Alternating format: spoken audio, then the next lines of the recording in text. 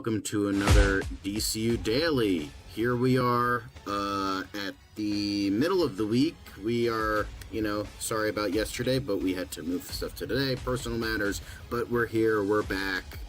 We're going to have a hugely packed show for you, just for you guys, obviously, not just DCU Daily, but we also have Tier List Tuesday, now Tier List Wednesday, but that's okay. I don't think you guys mind. As long as you're getting what you guys want, then that's all fine and good.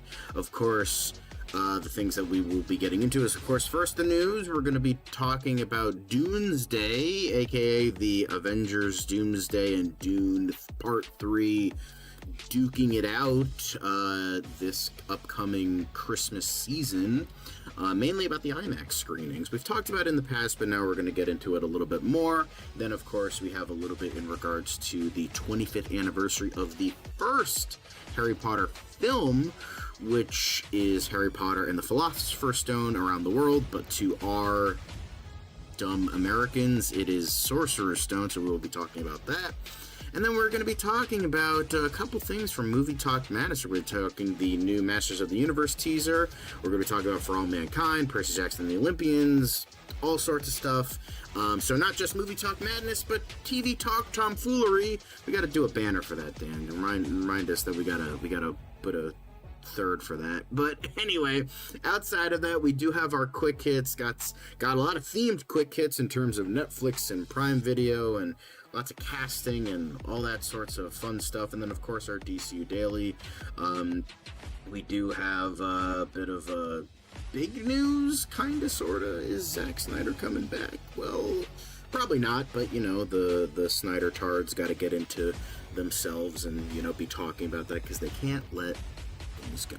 But, of course, what did Gunn say? Gunn said a lot, and we're going to be talking about it, and then we're going to be talking about Supergirl a little bit, and then, of course, the biggest news of today is Brave and the Bold has officially gotten a writer, and it is the end times, before the beginning times even exist. So we're going to be getting into that, all of it and more, after this wonderful little intro, so let's get started. It doesn't seem to matter what I do.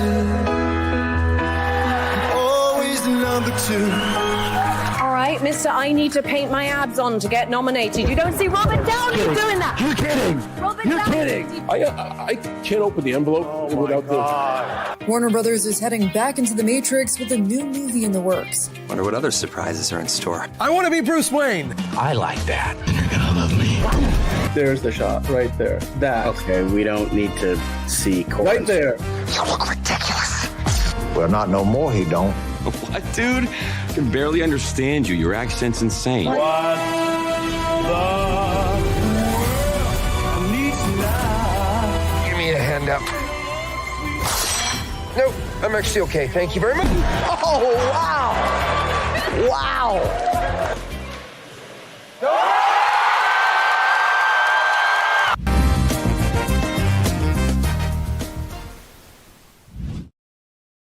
There we are. Let's go. We're in it. We're in the show now. We're in the end times. I did say we're in the end times, but we're going to be talking about why that is later on in the show. But of course, I'm your host as always, John. Lovely to see you guys on this wonderful little Wednesday hump day, the middle of the week. But of course, I am not alone today. I have the wonderful Daniel here today. Dan, how are you doing? All right, have you had a lovely hump day today? Yes, I have. And I just finished up those Curious shows, so glad to be on DCU Daily. We got lots to get into. A lot of DC news. We got some Marvel mentions as well. Of course, we're going to start off with Avengers Doomsday, so excited to talk about it. Just wanted to say hello to D. Cole. We got Patrick in the chat as well. Ron is here representing Canada. Alongside him is Tony, both joining in Team Canada there, and everybody. You guys were popping in the chat before we even went live. And I know a lot of you guys were watching. I think you got people excited, Those are Dan. curious. I think you got, with Honka that early Honka? show, you had to, Caleb? even though it's, people not really Emo Nerd interested Girl? in the merger because I think we're all kind of sick of it, but, we got to let the people know, even if they're sick of it, because it's important to know the news and all that and what the future is for actual, DC stuff. So. Yeah. Also, just some geeky guy, hello, and we will bring your super chat in later because, yeah, there's a few question marks with how much of a genius James Gunn may or may not be, considering but the news that we'll get to. We'll get to that. We will get to that. Um, thank you, Caleb, for joining in the previous show. But yeah, we won't be talking much of the merger stuff because we already did that separately. So yeah, when IMAX screens fear what's coming, Doomsday. That's great. I love that super chat. Thank you, just some geeky guy. Okay, so yeah, we have a packed show, but the big piece of news that I wanted to start off with today, John, we have talked about this for a while. Avengers, Doomsday, and Spider-Man: Brand New Day are the two Marvel movies on the slate this year. Yes. We already know that in the summer months it's usually busy, right? Like there's a big movie coming out every week. This year the Odyssey comes out, the big Christopher Nolan movie that's going to pretty much blow away almost anything that probably has ever played in IMAX before, considering that it's the first movie to ever have been filmed in 70mm IMAX through and through all the way. We know that because of the Odyssey's exclusive engagement with IMAX, I believe it's for like 3 or 4 weeks, Spider-Man Brand New Day is not going to get any IMAX screens when it comes out in the summer. And now it looks like Marvel is going to go 0 for 2 this year because Avengers Doomsday, which will be coming out the same day, I believe it's December 18th, right, as Dune Part 3, Dune Prophecy, depending on what the name of the movie is going to be. We know now that the reason why Dune 3 is not moving its date, the reason why Warner Brothers is not so keen on rescheduling that movie and so that it wouldn't come out the same day as Avengers Doomsday is because Dune has secured a 3-week exclusive window of IMAX screens, meaning that for the 3 weeks from the day it gets released, the same day as Avengers Doomsday, you will not be able to see Avengers Doomsday on an IMAX screen because Dune will have all of those screens occupied. Similar to I just mentioned how the Odyssey will do that to Spider-Man Brand New Day in the summer months. Now, of course, at the end of the day, I still think Avengers Doomsday probably ends up making more money overall. But John, we have talked about what is the ceiling for Avengers Doomsday. Is it going to be able to be a $2 billion movie? Like how does this all affect it? If you go to the next article for a moment, I can kind of talk about it in a little bit more detail because here's the thing. December 18th is going to be potentially one of the biggest ever single days as well as week, the whole weekend could be one of the most successful weekends ever for the box office, considering how big these two movies will be. But the fact that, and if you scroll down here, they mention it, the fact that Dune is going to get all the IMAX screens and Doomsday will not, John, that's significant, right? How much do you think this will affect Avengers Doomsday's potential? Because like I said, more likely than not, Doomsday still makes more money than Dune 3. But those IMAX screens are playing a bigger and bigger role in the overall box office numbers these days. We see it with Avatar. We saw it with Zootopia, which became like the highest grossing animated movie outside of China. A Hollywood movie outside of Ne Zha 2. So IMAX is big. Like people had to book their tickets to Sinners 2 weeks in advance last year because of how big it was. And so how much do you think this will affect the movie? The screenings for the Odyssey like a year in advance. Yeah. Like I remember that. Specifically the 70mm ones where it's like there's only a dozen across the country. Yep. But like specifically like New York, Philadelphia, LA, like that kind of stuff. So it's not like, oh, the IMAX you have at your theater type thing. It's specifically the 70mm IMAX theaters. That was like a year in advance, and I wouldn't be surprised if like those sold out already. Or I think we might have talked about how they did sell out already. I don't know, but I remember that was a huge thing. That was like a really, really, a really big thing that we talked about a couple times. But yeah, I didn't realize that IMAX was still so, was still like, what's the word? Like plausible, or I don't know what the wording is for that, but like it's just still so big, and honestly, it's kind of crazy. Like, it's definitely, It's bigger. I mean, it's a bigger deal than ever shows before. That, like, right? Theaters, they're dying, but they're not dead yet. So there's still some life in them. Maybe not a lot, but there's still life in them. Yeah. Well, I don't know. I don't think this is a matter of Warner Brothers pulling strings like Tony was saying.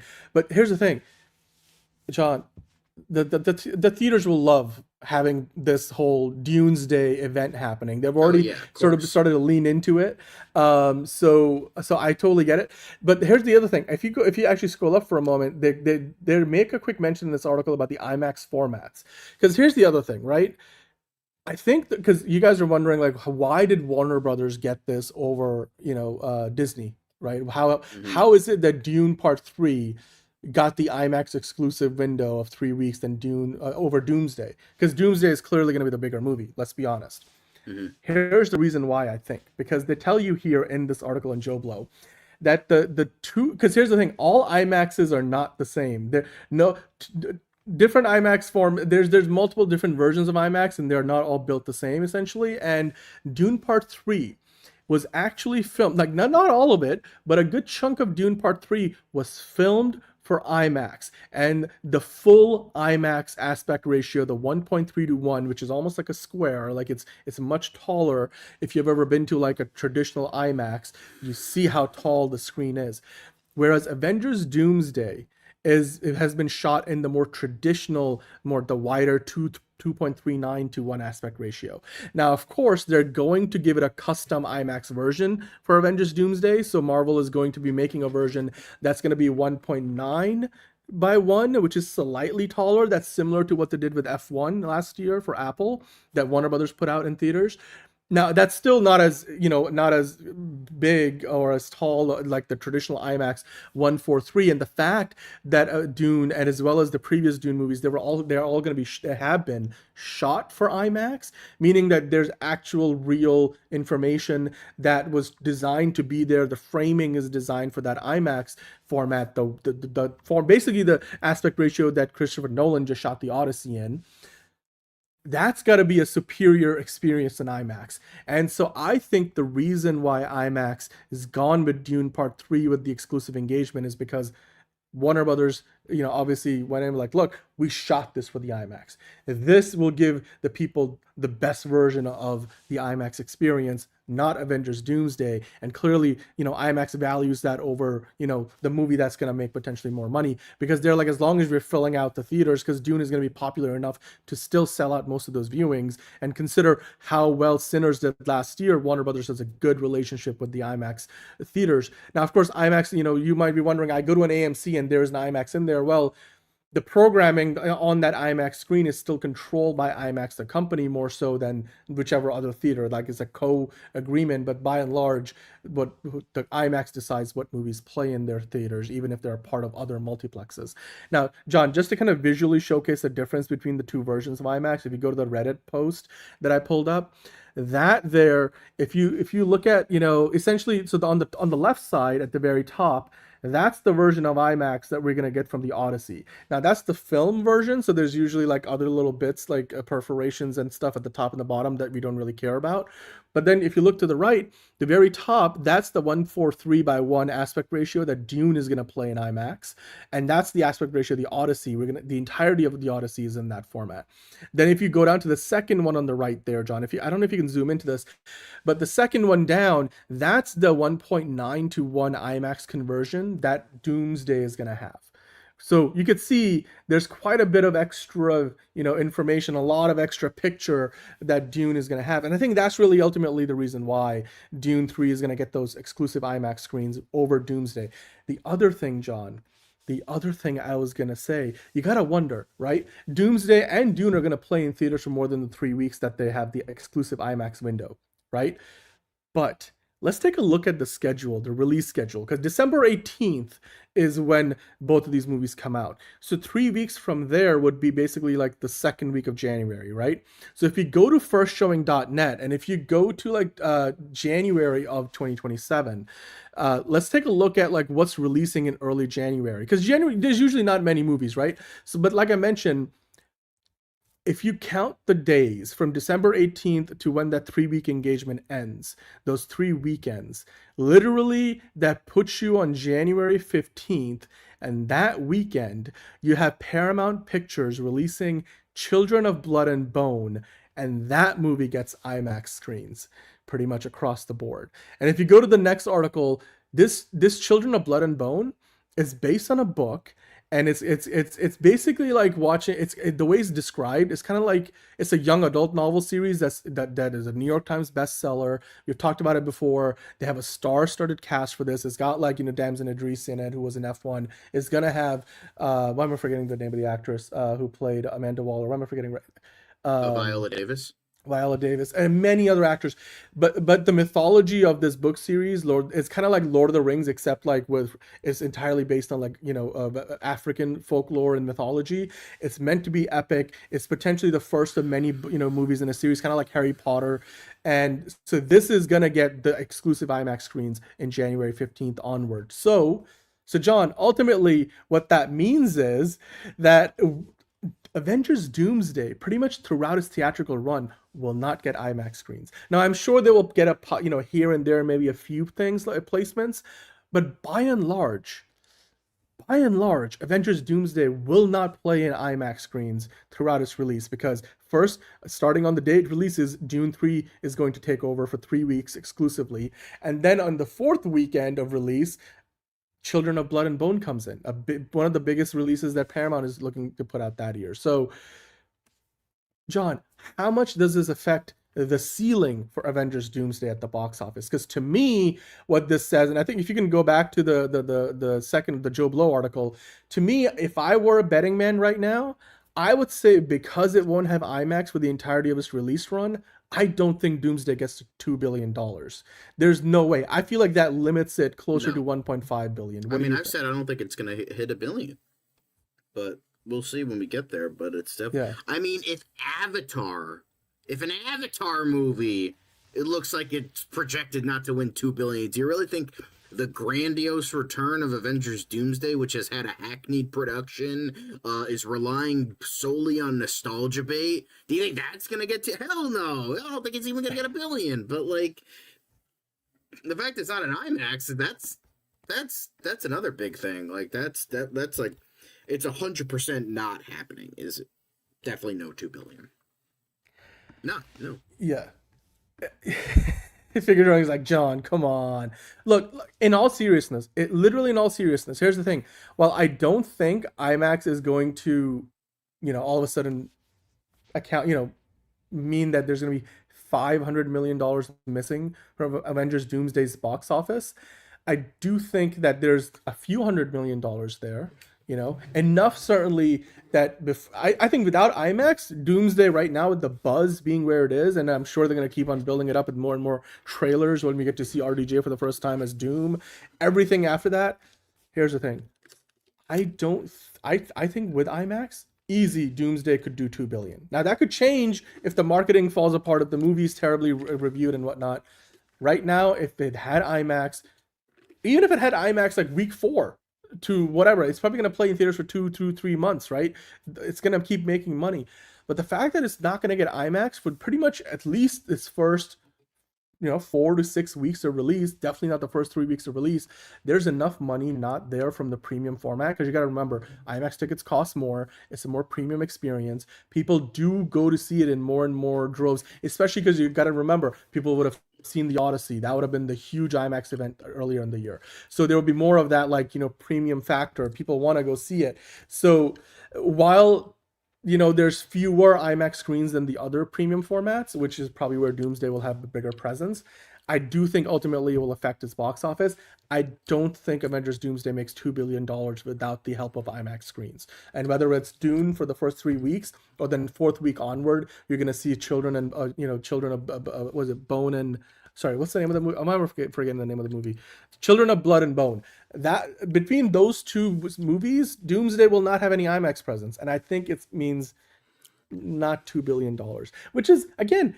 I think Marvel will be happy with anything over 1.5 billion, right? And who knows? Maybe we were wrong. At the end of the day, they still make $2 billion without IMAX. Like Avatar didn't make look, the second Avatar movie would not have made the amount of money that it made across the $2 billion mark without IMAX. The first Avatar movie, crossed $2 billion, certainly $2.5 billion because of IMAX.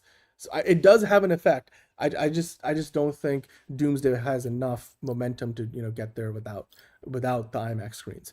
Yeah, and then you know what, Dune 3, I do think because of the IMAX screens, all of a sudden I think Dune 3 might be the first $1 billion movie in that franchise, or at least has a better shot at it. So yeah, I mean, and look, who wouldn't be happy? The only reason why Disney might not be happy with 1.5 billion is because of their expectations, because the amount of money they'll be spending on marketing, right? So, and it's a relative Warner thing. Brothers expectations with BVS when they thought that was going to make $1 billion. Exactly. Yeah, and it didn't. It was just its expectation versus reality more than anything else. And whether Dune makes $1 billion or not, it's certainly still going to benefit from the IMAX screens, and Doomsday is not. That's all I'm saying. Look, we're not here making spoilery predictions or anything. We're not Paul Heyman giving you spoilers.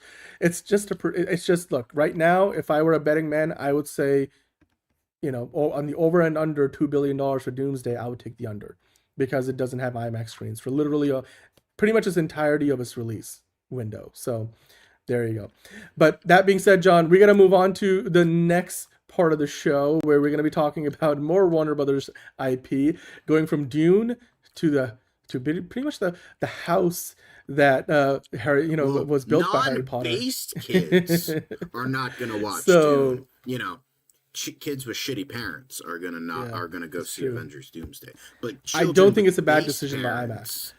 Are gonna go see Dune Part 3. Yeah, because IMAX is gonna fill out those theaters. People are gonna go see Dune. You got to remember, a big chunk of Dune's box office numbers came from all the money they made in IMAX from the first two movies. So I don't think people all of a sudden won't be seeing any IMAX.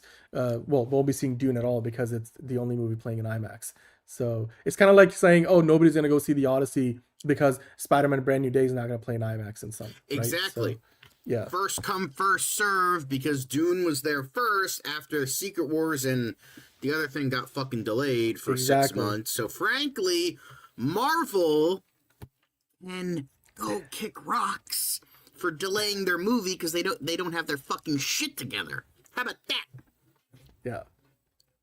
Well, okay, so let's move on to the next one, John. I know you were probably excited about this. I know that growing up for myself, Harry Potter was a formative part of my childhood. So I'm always going to be looking forward to seeing more from the franchise. And whether the new TV show is going to be amazing or not, I certainly have high hopes for it. We know that this year marks the 25th anniversary of the release of the first movie in the franchise, right? So they're going to be celebrating the 25th anniversary worldwide, a global celebration for Harry Potter. And Warner Brothers Discovery has just announced their plans for what that's going to entail. There's a lot of details in this, Sean. Can you walk us through a few of the events? We don't have to go through every little detail. You guys are welcome to go check this out in the Hollywood Reporter, but it is kind of significant. I mean, Harry Potter is the definitive franchise for so many people, and this year for its 25th anniversary, I mean, they're going to have multiple theatrical screenings. The first movie, whether you call it the Sorcerer's Stone or Philosopher's Stone, is going to have special screenings. There's going to be new products and collections commemorating this. They're also going to have special fan events happening all over the world, John. Your thoughts on this, and is there any particular aspect of this year-long celebration for the franchise that you're looking forward to the most that you would take part in?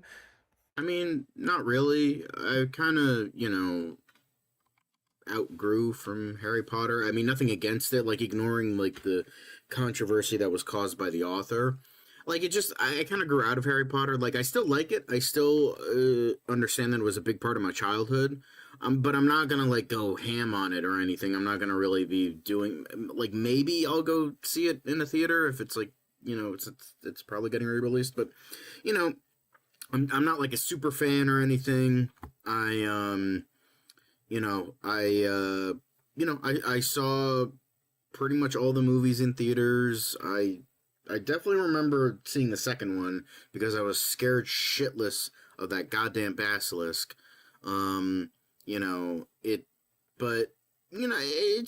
It's exciting. It's nice. At 25 years, holy crap. I was at this point, I was 3 or 4 years old when the first one came out. So there's that. but I'm not gonna be like, oh my god, I gotta go do all the things, do all the events, nothing like that. Like I'm lazy. Even if I was a big super fan, I'd be like, you know what, I have money. I need money. I need to save money. And two, it's just, again, I'm just not big of a fan anymore. I'll like admire from afar. I'll be like, okay, 25 years, you did a lot for my childhood, you did a lot for me. Cool, great. That's about it. Probably not gonna. Yeah, I mean, look, they're doing a lot of things throughout the year, but like the new show comes out next year, so 2027 will be a big year for Harry Potter, but they will have the first edition of this movie coming back in theaters. Remember, the original movies in this franchise grossed $7.7 billion, and that's not even adjusted for inflation. This is big. And we just talked about it. This past weekend, Lord of the Rings, the entire trilogy, the original trilogy of Lord of the Rings movies, they came back in theaters for a special Fathom event of screenings with the extended cuts, and they made $11 million. Now, of course, they're with this between I think August 27 to September 3rd, they're going to be doing special screenings of the original Harry Potter movie, Sorcerer's Stone or Philosopher's Stone, depending on which part of the world you're from, and they will also be playing 10 minutes of behind the scenes footage with the movie that has never played in theaters with the movie. So between August 27 and September 3rd, there's going to be some more surprises announced later. So, if you are a Potterhead, then there's going to be a lot happening. And all over the US, all over the world. I mean, and the Harry Potter shop locations in the US, London, Tokyo, and even the online shop, they're all going to have limited edition 25th anniversary products. Look, I got to say, as fans of the theatrical experience, can you imagine if Lord of the Rings made $11 million in just one weekend of screenings from 27th of August to the 3rd of September? That's like an entire week. I can only imagine how much money they're going to make with the Harry Potter, and the Philosopher's Stone coming back, especially because like that Chris Columbus movie, John, that first movie, pretty much the entire trilogy of like the first three movies in that series have this like real magical feel to them because they're like made for like kids before they start growing up and things get darker and darker. So I'm just like, look, I would say the first whether it's two. the popcorn bucket or especially the first two. I mean, the third one kind of gets a little darker, but still, I kind of put those together because like that's how I remembered them. I feel like Prisoner of Azkaban was like a bridge to the darker stuff. Mm-hmm. But for me, but it doesn't really get dark until like you get to Order of the Phoenix, right? So yeah, like. Go ahead. Sorry, you were gonna say. That's just wrong. But like, okay, I'm sorry. Did Harry Potter set like any kind of record at the Oscars? No, it didn't. So suck my dick. But Harry Potter is still a lot of fun. I still have fond memories of seeing like those movies in a theater. And again, as I said, like I'll enjoy it from afar. Again, those first two movies, I don't think any of the later movies after the Chris Columbus movies hit that magic. I don't think they even came close. Like, I remember watching I'm like the outlier. Figured I'm calling you out. Yeah, I don't care about the Oscars until I do, But anyway, I think with Harry Potter, it was a part of that childhood, but like I can like go back and like the first two ones like really had the childhood magic part.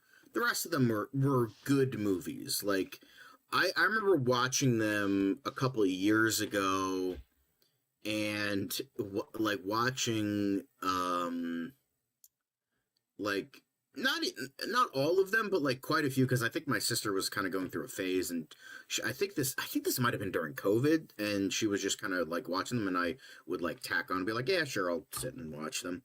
I got nothing better to do, so I would like watch them with her, and I realized like they don't hold up.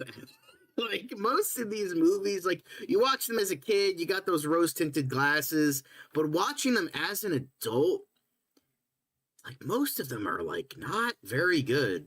In terms of the ones that were like really good, I would say the first two, parts of 4, and like Deathly Hallows. Those were like the probably best ones. The rest of them can kind of are like not great. Lord of the Rings, those still, hold up. Those are still going to be climactic, amazing experiences, no matter which way you hold it to them. But it's just, I think it's because like it dwindles over time. Like, it's funny because like rewatching those movies and then rewatching like Spider-Man, like the Spider-Man trilogy, I'm like, okay, let's see, like, is this like childhood glow, or is it, are they actually great? Like, Spider-Man, those are still great movies. Like, I watched those as a kid. I thought they were awesome. I thought they're the greatest thing ever. While I can see more of the flaws as an adult, they're still fantastically made movies. Like, bro, figures are, I think you're just watching them wrong. Like, even as someone who doesn't like medieval fantasy, like, I think you're just watching them wrong.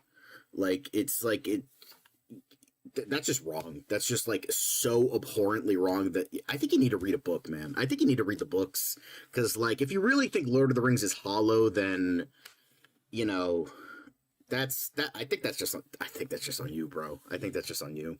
But I think yeah, I'm reading the chat. There could be more than one fucking dumbass in the chat. Figure drawing. I'm just saying, but. Like the Harry Potter movies, they're good, they're fun, but like, they're childhood little flicks that you're gonna show them to your kids, they're gonna enjoy them, or you're gonna show them the show, and then they're gonna, have new memories. No, wait, hold on. But like, I feel like now you're going, no, because I don't think they're like childhood little flicks. Like, the movies get darker, and the subject matter and the themes they get more darker, like, but it's like they're still like, they're a part of like childhood. Like, that's I still watch them like growing up, like as a kid growing up, and sure, they get darker, but darker doesn't mean like better storytelling or better made movies. I mean, just look at Zack Snyder's filmography. Dark doesn't mean good or better. So it's just I think we've just spent too much time on this. Like Harry Potter, it's still going to be culturally relevant no matter what. It's the Sorcerer's Stone, Philosopher's Stone did its job, started this franchise. They did this whole thing, and they're going to have, they're going to be these endearing little movies, and people are going to love them. And yeah, here's the thing though. I don't rate the Lord of the Rings movies as high myself, because, and here's what I'll say. Lord of the Rings movies, on a technical execution standpoint, and even from a storytelling in terms of like the source material, like the level of depth, the mythology, J.R.R. Tolkien, I think, made a much more fleshed out world than, J.K. Rowling did with Harry Potter. I hear that completely. And obviously the Lord of the Rings movies won way more awards than Harry Potter did. I personally still I feel more of a connection to Harry Potter, because to me, I grew up on those movies more than Lord of the Rings. So and when I say that, look, and again, I'll give Lord of the Rings their due absolutely completely. My personal preference is Harry Potter. Therefore, I personally think those are better movies for me because I enjoyed them more. And in a lot of ways, you're comparing apples to oranges, because Harry Potter and Lord of the Rings aren't really covering the same thing, even though they're both fantasy and they both magic, right, and that's kind of where it ends. But like, yes, because ultimately, like, it's the subject matter, the target audience, and everything is so different. It's kind of like the Hunger Games. And all the other ones, like the Divergent series, or all those things were of the Twilight series. It's like those were following the Harry Potter things. It's like, it has similar ideas, but they're so totally different. Or like comparing Legend to what was it? City of Ashes, City of Bones, whatever the fuck that was, with Lily Collins. It's like they're young adult novels. They have similar ideas, similar themes of like having those ideas of like when you're growing up. J.R.R. Tolkien, honestly, it would make more sense to compare Philosopher's Stone to like The Hobbit, because The Hobbit was made for kids like that, even though it's still one book. And I think 7 books. Philosopher's Stone it's superior to The Hobbit. I could definitely say that with confidence. I never fit. I never finished The Hobbit because it was for a class, so we were kind of reading like bits, we were kind of jumping around and reading bits and pieces of it, so I never technically read like the whole thing, so I gotta go do that. I gotta finish The Hobbit. But yeah, it's definitely, it's just comparing like so different things. I don't even know why the fuck Lord of the Rings was even fucking brought up here, but like, Harry Potter, it continues to endear. I'm sure the new show is going to endear, and they're good, fun movies. I might go rewatch them in a theater when they're, gonna be added into that theater, but Right. Yeah. Look, it's gonna be big. Like I said though, if the Lord of the Rings trilogy made 11 million in just the weekend of Fathom events in August, late August and early September, August 27 to the September 3rd, when they re-released at least the first Harry Potter movie, because that's the one celebrating its 25th anniversary. But I'm sure there's going to be surprise screenings of other movies in the series. Harry Potter has a bigger fan base today because it's one of those things where it's like, whether it's technically or objectively better or not, there's a lot more Potterheads in the world that I can tell you that for sure than there are Lord of the Rings world. Like there's a theme park, the Wizarding World theme park that people go to, and that makes billions of dollars for Universal every year. So I think those re-releases will make more money. If Lord of the Rings was anything to go off of, like 11 million, I bet you these re-releases of Harry Potter with the special like behind the scenes footage, and I'm sure tributes to actors who have passed away. I know there was the beyond the tie into the TV for series. The Spider-Man movies too. Yeah. Yep. It's gonna make millions of dollars, and this, again, 25th anniversary. You guys, look at that. Revenge of the Sith made 25 million domestically last year. Because it's reminding people like when movies used to be like always good, and like they would like continually be good. Come on, that's less. I think you're putting on some like rose-colored glasses because we have always had hits and misses. It's just nowadays it feels more intense. I think the reason people say that, and this is gonna be a quick little thing before we move on. I think it's just because how movies are made, like they're made for like streaming and the TikTok audience, I feel like, and the, like cinematography, it's just like the way it's like look at like everyone, it's just like shallow depth of field and people are too clean. Like that's the thing I hate, because you know how like just some friends of mine were talking about this, and I changed my profile picture to John McClane from Die Hard for Christmas, and during that scene it's like there's shadows, he's grimy, he's sweaty, he's gross, and it's just like everyone now, even when they're like grimy, gross, and sweaty, it feels so fake. So I think that's the major thing. Like I remember a buddy of mine was posted something in regards to Highlander 2 The Quickening, considered one of the worst movies ever made, yet if you look at some of the shots from that movie, it's still like better than any modern blockbuster made today. It looks so good, and it just like, I think it's like mainly with so much reliance on CGI. It's just the cinematography just isn't as good, and the people aren't as like gross and like human, and I think that's a thing that's missing, but that's a whole another conversation for another day. But yeah, well, we're gonna put a period on this for now, but look, ultimately, whether you like it, hate it, or somewhere in between, don't care for it, there's a lot of people out there, including myself, and I'm sure, John, you even have an appreciation for it. Harry Potter is one of the most iconic franchises. Harry Potter was making $1 billion movies, for Warner Brothers, making them billions of dollars, $7.7 billion as a series, well before Disney had even bought Marvel and Lucasfilm. So, and they're bringing back the TV series next year, celebrating the 25th anniversary of the first Harry Potter movie this year. So congratulations to all the Potterheads. This is going to be a fun year. There's a year full of events coming up. Go to the Hollywood Reporter's article. They did an exclusive. They gave you all the details, especially the August 27th to September 3rd, where they're going to be putting the first movie back in theaters with the 10 minutes of special, footage, that the behind the scenes looks that we did not originally get. So if you're a Potterhead, you'll be eating good this year. Now, with that said, John, we're gonna switch our focus, do some movie talk madness. Speaking of things making money, this fucking isn't, because this looks like fucking garbage, because the Masters of the Universe teaser dropped today. Well, a teaser for the teaser, because Yep. That's the thing. That's where we're at because capitalism is great, isn't it? So Masters of the Universe, they dropped a teaser for the upcoming new He-Man adaptation, and I believe Travis Knight is directing it, and I think it was his personal mission to say, like, hey, yo, what if we made a Masters of the Universe movie that was somehow more dog shit than the 80s one with Dolph Lundgren? Because I think we got it, guys. I think we did it.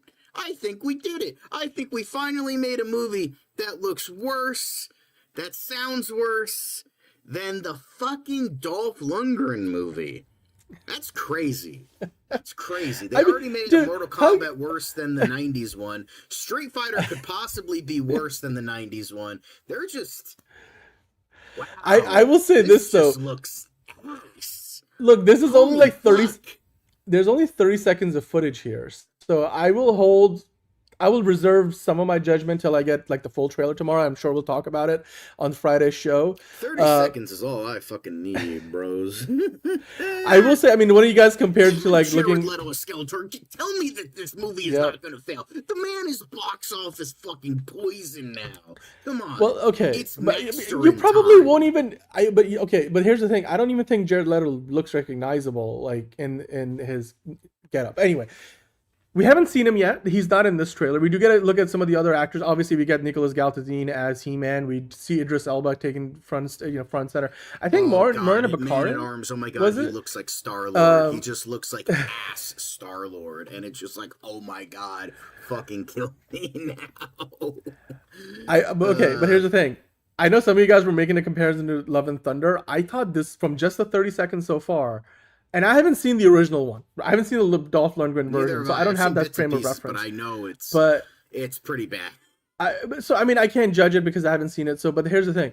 From this, to me, this trailer reminded me, again, from just the 30 seconds, this is a teaser to the teaser trailer, which we'll talk about on Friday.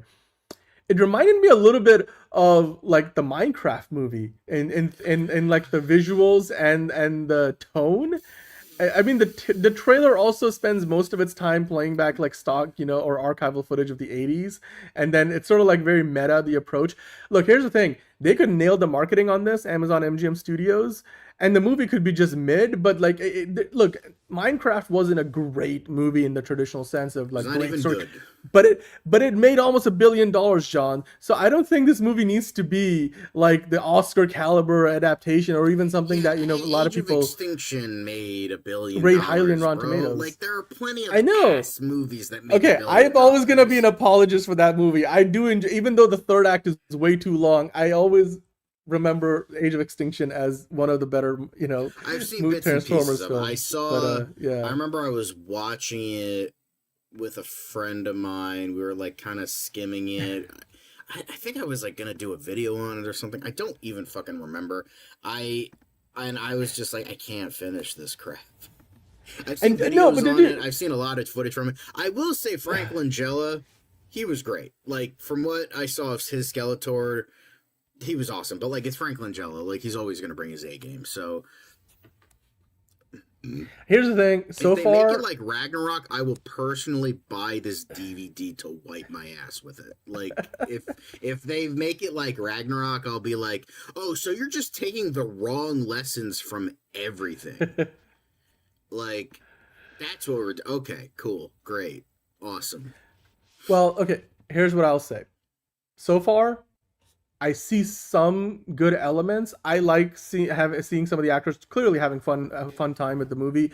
There was some good reporting behind the scenes that it was a fun experience on set. That doesn't always translate to a great movie, but again, we are only seeing like 30 seconds of this, so I'm willing to wait to see the actual trailer tomorrow, and then we talk about it on Friday. If the trailer sells me, great. If it doesn't, look, there's still a huge fan base for this franchise, even though you're not exactly bringing in fans who like grew up watching Harry Potter or getting a new Harry Potter TV show. Like there's an older audience who's going to go in there for the nostalgia. When I say older, like more in their 30s and 40s, a lot of millennials. But still, like, this could be the introduction to a lot of Gen Zers to Masters of the Universe, and if they get it right, if it goes viral, like, and again, Minecraft made almost $1 billion. I think there's potential here. Whether it translates to a good movie or one that makes a lot of money, we'll find out. We'll react to the full trailer tomorrow, or on Friday's show. Let us know in the comments down below what you think about the trailer, because again, it's only 30 seconds, and for me, it was a good 6.5, 7 out of 10. But we'll wait to see the full trailer, the full teaser trailer, because this was a teaser to the teaser trailer, and then we'll make our judgment then. But hey, John, we got the TV Talk Terror graphic you were asking about. We're talking TV. So much TV. Terror. I mean, we have like non-terror things. I like tomfoolery more, but terror. Tomfoolery? Okay, it's fine. I mean, I guess you could say, because we're going to be talking about a bunch of TV show trailers that dropped today, and over the course of the last 2 days, actually. The first of which is For All Mankind, which definitely has some terror elements. I just started season 4, so we're getting there, folks. Yes, we are getting there. Yes, we are. It's a great, I know, we like to make fun of each other, but straight up, For All Mankind is a fucking great show. The only bad thing I have to say about season 3, the Stevens brothers, man, fuck those guys. Everything else, amazing. They can fuck right totally. Off. I think they just became villains in different ways, right? But their stories are okay. Here's the thing: I'm not gonna spoil anything for you, but the story of those brothers is basically done by the time we get to season 5. Yeah. So well, I know because I did spoil myself because I was curious, because we just watched the first episode of season 4, so I'm like, okay, they're pussyfooting around. What happens? I'm like, that happens. Cool. Okay, good. Awesome. Great. Yep. And so, but it's a great show. Ronald D. Morris Apple shows TV that Plus. He still has it in him. Or Apple TV. It shows he still has it in him, because I'm not saying I doubted them. It's just I was watching latter seasons of Outlander, and that show was so fucking good. And then it just got so bad, and I'm just like, is it Ronald D. Moore? Is it just on too long? I think it was just on too long. Plus, he's in it is more of his element here. Outlander does have sci-fi elements, but it's mainly a period piece, historical drama, romance. This is his bread and butter. I mean, the man got started with Star Trek. He did Battlestar Galactica. Now he's doing more sci-fi stuff. I think this is where he needs to be. God of War is a little concerning, but we'll just get there when we get there. But this I love. This is good. This is good. I don't know how the fuck, Ed Baldwin is gonna fucking remain. This dude is gonna be in a walker in season 5.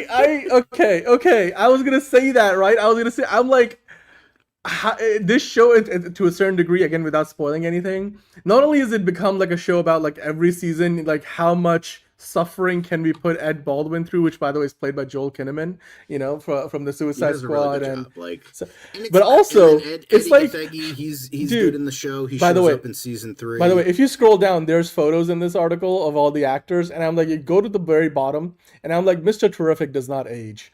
And that's Ed Baldwin, by the way, the first photo. I'm dude, this show has become how much suffering can we put Joel Kinnaman through every season with people around him dying? And then also, how much makeup can we put on him? Because every literal season, he gets aged up by at least a decade or more. Fucking Dick Cheney here. What the it's fuck? Just, I'm just he's, it's one of those things where we're going to get to season 8 or whatever this show's meant to run till. Well, I mean, here's the thing. This dude was an adult during the fucking moon landing. Of course he's gonna get old. That's just how things happen. I think the timeline, because it's so funny. I was saying this. Okay, sorry to cut you off, but I was watching episode 1, season 4 with my parents, and fucking Joel Kinnaman looks absolutely decrepit, and then meanwhile, fucking Poole looks like she's hasn't aged a day. It's she has crow's feet, and that's maybe salt and pepper. It's black don't crack, guys. I swear to fucking God. She's they're the same age, and she's just hasn't aged a day. Meanwhile, this dude looks like. Yep. It's crazy. It's just, and it's just like, again, he's basically what I was trying to get at is by the time they get to like season 8, which is where I think this is meant to run to like an 8-season run. I think ideally, Ed Baldwin is gonna look like that old grandma from the SpongeBob. Actual stuff. Oh, So by I that know. time, Well, it's but gonna now, be but let's talk about that in a second. 2030s. Dude, it's like Eddie Gategi's character is gonna be rolling him out. He's like SpongeBob comes to like sell chocolate, and he's like, "Is your mother home or is your father home?" And they're gonna roll out like old Joel Kinnaman, like who's literally made like Ash. What? Also, What? Dan, have you seen Landman? I have Your not seen chocolate. Landman. I haven't seen it yet. I'm not caught up. At My least dad I started it. watches But... it. He said the first Yeah. season was excellent. Second season is terrible. Yep. That's what he has told me. He's like, I try not to like, and this is him saying, he's like, I try not to like talk about this because who knows, like it could surface the story. I don't know. He's like, they got some sexist ass bullshit in season 2. It's just like women are fucking objects in this show, hypersexualized, the dumbest bimbos. It's like, Taylor Sheridan, what are we doing here, bro? What are you? Well, what are but you not all of doing? his shows are like that. But this show No, is very but, much. like, I think it's the chick purpose. in, Yellowstone, the wife, right, or the daughter, or whatever, the redheaded Is it chick. I forget her name. I forget. You mean from Yellowstone, the main Yellowstone, the original show. Yellowstone. Okay. Like she was like this powerful character, and it's just like, what are we? What happened? Well, this show's different. Like that is, I mean, I don't know if Demi Moore's character is like that, but because I haven't caught up to that part of the show because that's this season. But like Ali Larder's character definitely. But anyway, John, I bet you they like Eddie Gategi's character is gonna like roll out, Ed Baldwin at the end of season 8. Isn't me curious? I don't know who Mirelle Enos is. What? But I remember chocolate. Or does She she looks kinda look familiar. Like Lena Headey a little bit. She does. From Game Well, of that's Thrones, not. I mean, clearly, I've seen her somewhere before. But anyway, dude, this show is one of the best shows on TV. One of the best Asian sci-fi don't shows. crack neither because Nope. she's been a part of the show since the 80s and she barely has aged a day. So the timeline for the show is now meant to be, I think, in the 2010s or 2020s, because in the last season, like some of the real world elements that they incorporate into the show, like Al Gore won the presidency. We didn't have the whole, controversy in the Spoiler 2000s. alert. So Al Gore actually in the alternate reality does become president. But that's here's one of the thing, things. though, does Al Gore invent the internet in this world? Anyway. Okay. That's a joke but Al Gore took credit for the yes. internet because he's fucking stupid. Of course anyway. he did. But the point is, like, I think now they're already in uncharted territory because like they're meant to be like colonizing Mars, and there's like a big thing that happens in season 4 that I won't spoil for you that will have an effect on the show. If you guys haven't seen it yet, definitely check out For All Mankind. Hi, Bob. And... I highly recommend it. See, I can be positive. I can like things. And I'm glad. I'll take credit. Like every for season putting you onto has this show. Been fantastic. Yes. Like it just the only stuff with season 3 I hated was the Stevens brothers, but like outside of that, the show has been phenomenal. Like it's been a really great show. Yep. I'm excited where it will go. I'm curious about the Star City spinoff that they're doing. That's another one. Yeah. I don't know that's when gonna be that's great. coming out. I don't know if that's coming out this year or next year. I don't think maybe because I don't think it has a release date, but Margot's character is going to be on there, right? Because of events from. Well, again, I'm not going to spoil anything for you, but yeah. Absolutely, Tony. We did use your Mount Rushmore. It was actually Monday, but yes, it was great. Anyway, we have more TV talk, terror, or tomfoolery to get into, because there's other shows we got to talk about. Percy Jackson and the Olympians, season 3. We know now it's coming out later this year. They gave us a first look. It teases, the big anticipated dance scene between Percy and Annabeth. John, I really don't follow the show too much other than all the praise it's been getting because it's clearly superior to the movies. Your thoughts on this? Season 3 coming up soon? I have not watched the show because I heard from some fans of the book said it wasn't very good, so I didn't bother to watch it. I might give it a watch, but like I think I might just stick with my books. I still have them. They're on my desk. They're right up there. I'm pointing to them right now. And then I have the Roman spin-offs. I don't have all of them. I have 4 of them, and they're fucking huge, gigantic books. but I think if you enjoy the show, cool. But it just saw some trailers and I like just didn't love it. Like it just didn't grab me. So it's just like, I'll watch something else. So but I know a lot of people that do like the show that are fans of the books, not fans of the books. So I was just like, okay, it's just not for me. But yeah, I mean, it is season 3 would be adapting my least favorite book of the series, which was Titan's Curse. They introduce a lot of characters in that book, some good, some bad, but I remember, The Last Olympian was probably my favorite. Lightning Thief, those were probably the best ones. I remember liking, oh my god, I would like to see them do Battle of the Labyrinth, the 4th book. That was an all-time, again, like, I don't think there's ever, like, Titan's Curse is my least favorite, but it's not a bad book, I don't think. Like, it's not a bad book, but it's definitely my least favorite of the 5. But yeah, I know some people that like it, some people that don't, and this is cool. Like, it's nice that they're actually, coming out with the seasons on a regular schedule. It seems like mainly because it involves kids, so you got to do it before they get like super old. I mean, Walter Scobell has already gone through a growth spurt, and like his voice is down 6 octaves already. But like you can only do so much. I guess you can pull the It Chapter 2 thing where they make Finn Wolfhard a baby face again, and it looks terrible. But I don't think they're gonna do that. But yeah, I mean, it's a show. You can go watch it or not. I don't really care. But I don't watch it. It didn't grab me. But I did love those books.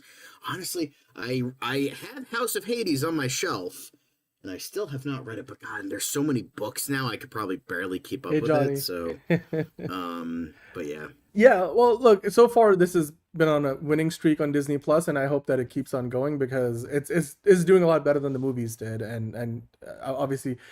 The movies came out in the Fox era, and this was one of the franchises that came over as part of the Disney deal to buy all the Fox IP.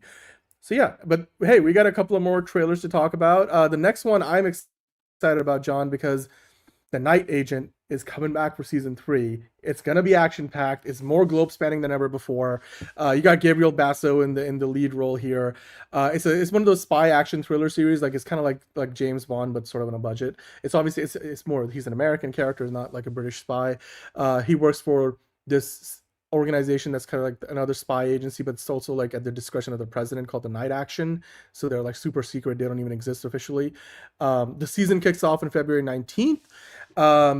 I'm going to be binging season 3 much like I binged the first 2 shows, the first 2 seasons. I like this. Season 1 I really loved. Season 2, because the thing is, the premise of the show kind of is one of those things where it's hard to kind of go beyond the initial story you're telling. And I think for all, intents and purposes, they actually did manage to keep up the momentum in season 2. So there is a chance that they might ultimately end up jumping the shark a little bit, because even in this trailer, it's like the initial teaser kind of did the same thing. Their wording is like, or the log line, whatever you want to call it, is, what started with a phone call has become a calling, which sounds like a cheesy 2000s action 2000s trailer line. Right, exactly. Exactly.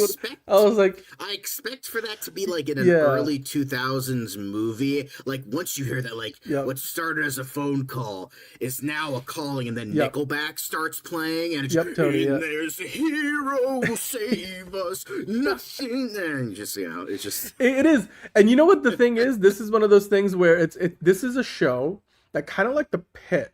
It's not a show where they're spending $25 million per episode. This is not like, that level of prestige, like peak streaming era kind of a show. Globe spanning, it might get there. Like, hello. But this is one of those shows that in the new current era of streaming, where it's made on a slightly smaller budget. It's kind of like premium cable in terms of like the level of quality.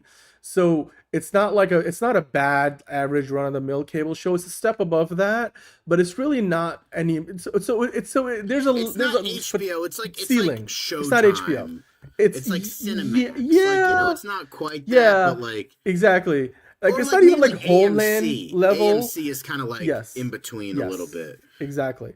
I think that's a good way to describe it. But that being said, sometimes you just want an above average, more than passable, fun, engaging show that's in that genre that hits your sweet spot. And that's what this is, you know? So, this photograph, every time it makes me laugh.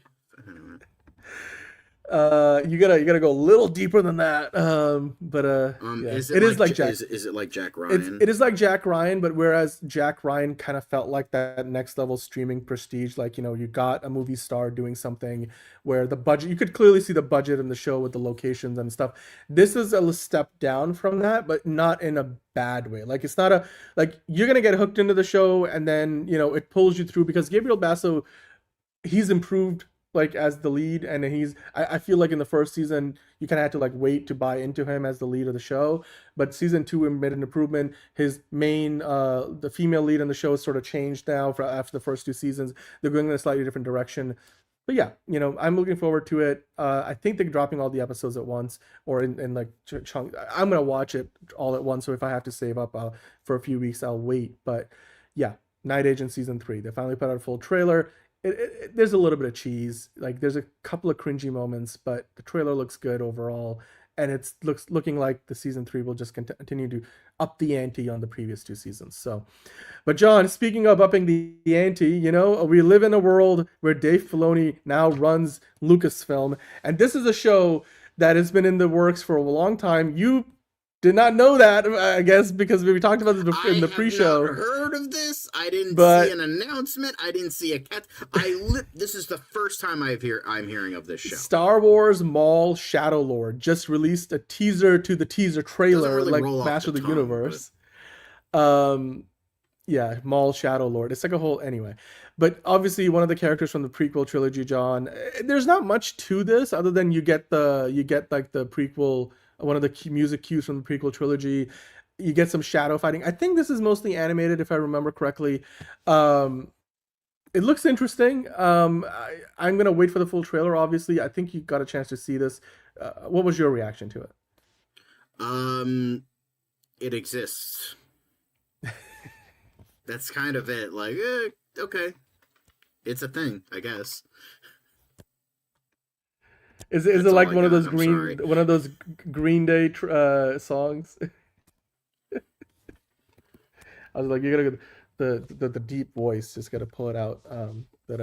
Anyway, does it have good writing? Nah, we got hype and aura moments. Well, look, we haven't seen the trailer, so we don't know yet. This is one of those ones that actually looked kind of promising when they first announced it. So we'll wait and see what it turns into.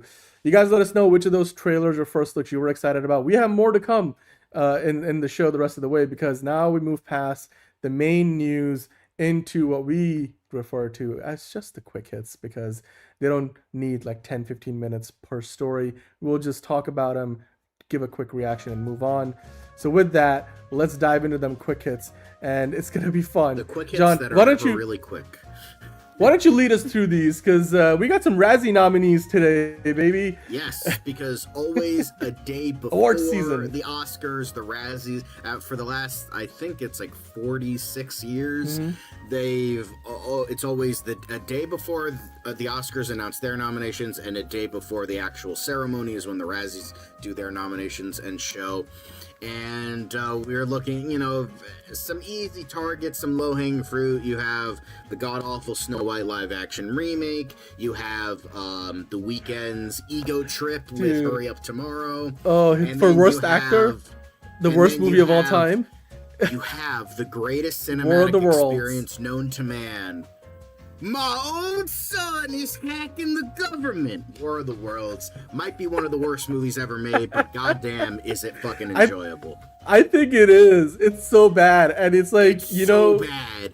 Here's the thing. I enjoyed it so much, I watched it twice. I watched because I was like, I wanted to see how, like, if it was like genuinely bad, or if it was like fun bad, like so bad it's good.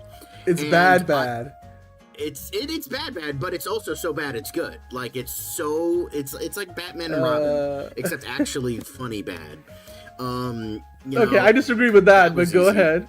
Anyway, But War of the Worlds, like, I watched it with a friend of mine, and my other entire friend group was like, no, we're not watching that garbage. And then the thing is, we hyped it up so much, me and this other friend of mine, we're like, okay, now we gotta watch it.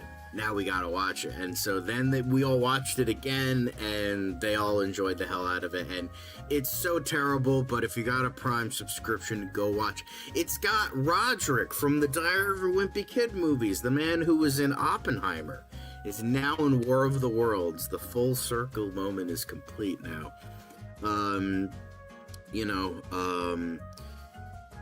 It's just, oh God, it's so fun. Dude, by the way, it's like Amazon MGM looked at the War of the Worlds on Prime Video, which, by the way, wasn't produced by Amazon MGM Studios, and we're like, oh, hold our beer. We can make one better than War of the Worlds, because if you move on to the next one for a moment, we gotta talk about what could be a spiritual follow-up to War of the Worlds, in the sense that it's another dude sitting in a chair. I'm just weird. Mercy. I thought this was a great premise. I like Chris Pratt. I like Rebecca Ferguson. It's kind of a neat idea. I'm still probably going to go see it. I'm still curious, so, By the way, concept is great, but from the first trailer I saw, I was like, uh-oh. They probably did a better job of executing. They didn't leave unfinished VFX shots or previous shots in there like War of the Worlds did, because they had no budget. But, dude, Mercy is getting killed by the reviews, like on Rotten Tomatoes. Potentially one of the worst movies of the year, an early contender for it at least. And I gotta say, I saw this coming. This is not a movie that I thought looked good. It's sort of like, to me, gave it a decent review. They gave it a 3 out of 5. Yeah. Look, here's the thing. They might get a Razzie nominee or two, Angelica, next year, like you're saying, because this movie feels like a weird cross between whatever this hell they were trying to do with War of the Worlds with Ice Cube last year and the Assassin's Creed movie with Michael Fassbender that was absolutely a huge disappointment. And I'm like, in the trailer, Minority Report. Damn. Okay. I get Rebecca Ferguson. Exactly. Like, Rebecca Ferguson left the Mission Impossible franchise to do Silo, great. But to do this, to literally, I mean, have you seen the trailer? It's just, I was like, you got Rebecca Ferguson, you got Chris Pratt. This looks like the biggest disappointment from a Chris Pratt movie since Passengers, where he was with Jennifer Lawrence, and that movie absolutely shit the bed. And I'm not surprised. I know you are. Here's the thing, you guys can still go see it. Like, if you don't need to believe the reviews. If you want to look at that for guidance, great.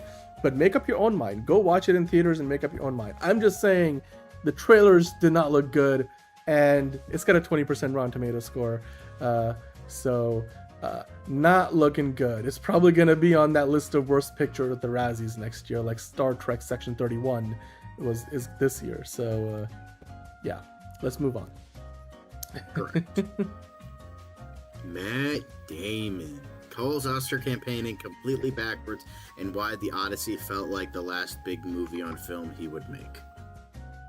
Yeah, I mean, look, he's been doing a lot of promotion for the Rip. He's going to be promoting The Odyssey soon. I mean, he's talked about the whole Odyssey being the last movie on film because, I mean, you are on one extreme with filming on actual film, not to mention IMAX film. The process of filming a movie with actual film is very different from digital, because on a practical level, it's like, you're not swapping out reels of film, and you're able to take a look at your dailies pretty quickly, and the turnaround times are better. But then he's been pretty outspoken about like how the industry's been changing for the better or the worse, and I'm not surprised. Look, it's award season, it's Oscar season, but we've talked about it plenty of times in the past. The way you campaign for the Oscars is, I mean, some of these actors don't even get paid for every little thing that they do. It's kind of just part of their contract that they already got paid for. Like, they don't, yeah, sure, Matt Damon probably will get, he's got in his contract a built-in clause for getting paid extra and proper for all the promotion he's going to do for the Odyssey over the next year. But not every actor, like smaller movies, like sometimes these actors are just like, they're paying for their own travel and accommodations. Like, not every studio is able, like not every big movie nominated for the Oscar has the big studio behind it. So yeah, and ultimately it's basically a popularity contest in some ways, right? Because you talked about it, there's recency bias. Actual people on the Academy don't actually watch every movie that they have to vote on, kind of like when we go to the polls to vote for people we don't even know are on the ballot. Like, so I totally get what Matt Damon is saying here. So yeah, Matt Damon. Yeah, Sir President Christopher Nolan, don't you worry. The Odyssey probably has the chance to like beat that Lord of the Rings Titanic record for Oscars won next year. If there's any movie that can do it, it's probably going to be that. But anyway, let's move into some Netflix news, shall we? But YouTube megastar Alan Chicken? I don't know, I feel like I'm pronouncing that wrong. Alan Chicken Chow's of Alan's Universe sets Netflix scripted series, and with that, I have to say, to quote the great Jimon Hunsu, who? Well, that's how big YouTube is. That's how big YouTube is. He's not somebody that is gonna be on our radar necessarily, but I mean, the whole idea is that this is a big YouTube star that Amazon, Netflix just picked off. Doing pretty fucking well for himself with Iron Lung. I don't know who this fucking twink is. So honestly, he can go kick rocks. I don't give a fuck who. I mean, and this is not the first time. Like Mr. Beast is doing the Beast Wars or Beast Games. Beast Wars is something different. Beast Games on Amazon Prime. So it's not the first time a big YouTube star has gone onto a streaming service and done their own thing. Remember when Miranda Sings had her own Netflix show? Look how that turned out. Yep. So anyway, let's move on. Let's move on, shall we? But Martin Short documentary lands at Netflix. So directed by Lawrence Kasdan, who did all of the new Jumanji movies. Marty, Life is Short will bow on the streaming service on Monday, or in May, sorry. Oh, God. Ooh, I'm tired. In May. So we're going to get Martin Short documentary in May. That's very awesome. Love me some Martin Short. Would you watch this, Dan? I'd watch this. I love Martin Short. No, I would. I'm looking forward to it. This is going to be interesting. Yeah, I mean, and he's certainly been around long enough that, I mean, yeah, I would love to see what they come up with here. It'll certainly be a better watch than the fucking Chevy Chase documentary. But Netflix is a joke sets massive 2026 lineup. Jerry Seinfeld and Larry David reunite. Kevin Hart hosts comedy competition, and Shane Gillis plays the bowl, and more. But here's the thing: if this is supposed to be a comedy set, why is Kevin Hart there? Don't you have to be funny to be in a comedy thing? That's the thing. I mean, he's probably Look, Kevin. Here's the thing: I think Kevin Hart is better in movies than he is with his stand-up act. Like, I don't get it. Honestly, straight up, anyway. Like the only times I found him funny are in those Jumanji movies. Speaking of, like, they're making a third one, so there's that. But yeah, I mean, Curb Your Enthusiasm is goated. This is how we should have ended it. But speaking of ending things, oh my god, a Mark Wahlberg movie. But him and Riz Ahmed to star in crime thriller The Big Fix from Baltazar Kormacher, Sherman Entertainment and Netflix. Who the fuck is that? I don't know who that is. I know Riz Ahmed. I haven't heard of the director. Mark is, but I mean, look, Riz Ahmed, one of my favorites because he's from Pakistan. Of course, I'm biased, and of course, Mark Wahlberg. Well, at least I'm a peacock. I'm a peacock. He was also in Rogue One. Riz Ahmed. He's also got another show on Amazon. We'll talk about in a minute. Riz Ahmed is like he's great. He was in that Oscar movie. It's the Mark Wahlberg movie, guys. Metal. Yes, he was. Yeah, he was Oscar nominated. Nice. You could put a transformer. I'm a peacock. You gotta let me fly. For the bushes. Anyway. For the bushes. For the bushes. Yes, we're gonna talk about that dude. He's gonna be in a James Bond parody show. We'll get to that. We'll get to it. This is the thing. Now we're talking about Amazon Prime. Riz Ahmed is everywhere. Yes, this studio-esque Prime Video comedy bait, dude. I saw it's not a trailer. It's like a clip. So it's like a 2-minute long clip. It's 6-part series. It's dropping, I believe, in a few weeks time. And basically, the premise is, I couldn't tell if they're meant to be from South Asia, some South Asian family, because they're talking in, because Urdu and Hindi can be like, it's hard to tell, if it was one or the other. I want to say they're talking in Urdu in part of the clip, so there's definitely like some English subtitles you'll have to, read. But it's sort of like a parody thing where essentially Riz Ahmed's character gets to audition for James Bond, like potentially a brown Bond, and it's just it's not. I don't know if it's Johnny English but Indian, because the 2-minute clip doesn't really tell you much.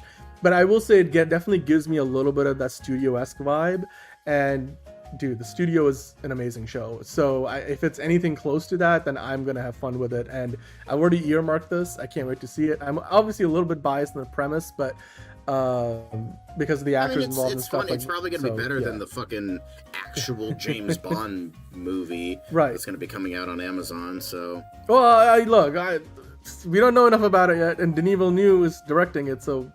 But anyway, this looks Mr. fun. Fucking, Diet Nolan is suddenly coming to bat for Denis Villeneuve after you've been shitting on him this whole time. Okay. Sure. Well, I never said he's a terrible director. I'm saying he's still a good director. Okay, anyway. It's not like Christina Hodson's directing James Bond. Anyway, we'll get to that later. Let's not get into that right now. Wolf. Lore Olympus, animated series based on webcomic, a go at Prime Video. The show from the Jim Henson Company, yes, that Jim Henson Company, and Webtoon Productions has been in development since 2019. Nice. What are your thoughts on this? I don't know. I think it looks pretty interesting. It does look interesting. I mean, I'm going to run this by Fiona. I feel like she's going to love this. I don't know if she knows anything about it, but yeah. And yeah, the legendary Jim Henson Company. I mean, pretty much almost anything they make is always amazing. So yeah, let's get in. Let's keep on rolling. Let's keep on rolling. Der Tiger becomes Prime Video's most streamed original German film to date. Never heard of this, but it kind of looks interesting. It's like an anti-war film, I think that translates to The Tank, is it, or something like? It's a war film. It's like an anti-war film, and obviously it features some Nazis and stuff. It's a great movie. It's been getting some awards consideration, so definitely go give it a shot. I don't know how long it is, but I mean it's on streaming, so you can always pause it, pick it up later if you want to. And you know what? This is great because I think this was the first German Prime Video film, like from Prime Video Germany, that actually got a theatrical release. I don't know if it got it worldwide, but so I don't know if you would have ever been able to see it in theaters where you are. But yeah, most streamed original German film to date, and it didn't only do great in Germany; it definitely did really well in a lot of other territories. So, yeah, let's keep on rolling. All right, next up we have L. Prequel series sets summer premiere date, gets early season 2 renewal. And I will say they definitely got someone who looks almost exactly like a young Reese Witherspoon. That is crazy. Jesus, are you sure that's not her kid? It's the Legally Blonde. That's old enough for that? I don't know. Jesus I don't think Christ, it's a Legally Blonde prequel. Exactly like her. Holy shit. I mean, the fact that they already gave it a season 2 fucking don't give before it even Legally Blonde, but I'm sure my sisters will probably eat this up. I don't know, but I don't know how old Reese Witherspoon's kid is, though. I want to say probably not old. Anyway, but the fact that they're giving this a season 2 renewal before season 1 comes out this summer, always good news for the show. So, yeah, let's looking forward to seeing if this is a hit or not, because they have a dedicated fan base, and this is a good sign that they're already giving it a second season before the first season debuts. Yeah. Next up, we got some casting news. Speaking of Outlander, Anna Kendrick and J.K. Simmons in Embassy. Nice. I do love me some Sam Heughan. Yeah. Not because he's easy a new on the eyes, TV but show. I do think he's a good actor. Yeah. I mean, look, J.K. Simmons in anything, especially like a thriller like Embassy. There was that show that he had on, I forget which one of the premium streamers. It was like a Counterpart, I think it was called. It was about like parallel universe versions of J.K. Simmons that got canceled after one season. But like this, I mean, this is, I'm not saying this is a sci-fi premise, but like Embassy, look, any kind of thriller premise with J.K. Simmons is built for this stuff. I can't wait to see this. And I mean, Anna Kendrick, she was in The Accountant, the first one, and she did a very good job there. So yeah, and then Sam Heughan. I haven't seen much of Outlander, but he's obviously finishing up his commitment there now. So can't wait to see what this becomes. Nice. So next up, we have, what do we got here? Leah Seydoux joins Mikey Madison in Mask of the Red Death adaptation. Charlie Pullinger is directing the reimagining of the Edgar Allan Poe story for A24. This could either be really fucking good or really fucking bad. Hey, we got the last Bond girl and the reigning Best Actress at the Oscars. I can't imagine this will be better than the Roger Corman version with Vincent Price, because that's just goated. That's just classic right there. So, I don't know. I'm curious to watch it. I do like Leah Seydoux. I think she is a very good, very underrated actress, and Mikey Madison is there. So, you know, I'm curious about this. I'm not gonna be like, oh fuck this movie, all that shit, but like, you know, I don't know what Charlie Pullinger has directed. He did direct something else. I think this would be his like second or third movie, but I forget, because I remember reading a different article about this that showed what he has directed before. Okay, yes, he did The Plague, so that came out this year. So I remember hearing good things about that movie. Okay. Yeah, so that was, he directed The Plague, which is, you know, it's definitely is an interesting little movie, but I've heard good things about that one. It was kind of like one of those like kind of underground hits, but where like nobody heard about it, but like everyone was like, oh my god, this is actually really good. So yeah, I know the quick hits are never quick. Blame Dan. Anyway, let's move on.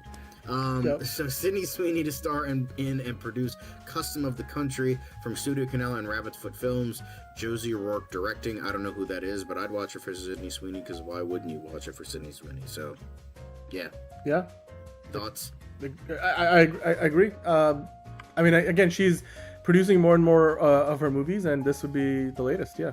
Hopefully, it's a hit and not a flop. Indeed. Thing I'm excited about is apparently that despite that the fucking next Evil Dead movie isn't even out yet, it's coming out this year, Evil Dead Burn. It's going to be by a French director, Sebastian something or other. He did the movie Infested, which was about killer spiders. So there was that. So you have another, I'm pretty sure he's Italian, because Galuppi sounds Italian to me, but Charlotte Hope, Jessica McNamee, Zach Gilford, and 4 others set for the next Evil Dead movie from this filmmaker. So it looks like Sam Raimi is getting up and coming, you know, directors to work on, like Lee Cronin. He worked on Evil Dead Rise. Now he's directing The Mummy. You know, this new guy, I forget the name, but he's doing Evil Dead Burn. He's probably going to do bigger and better things.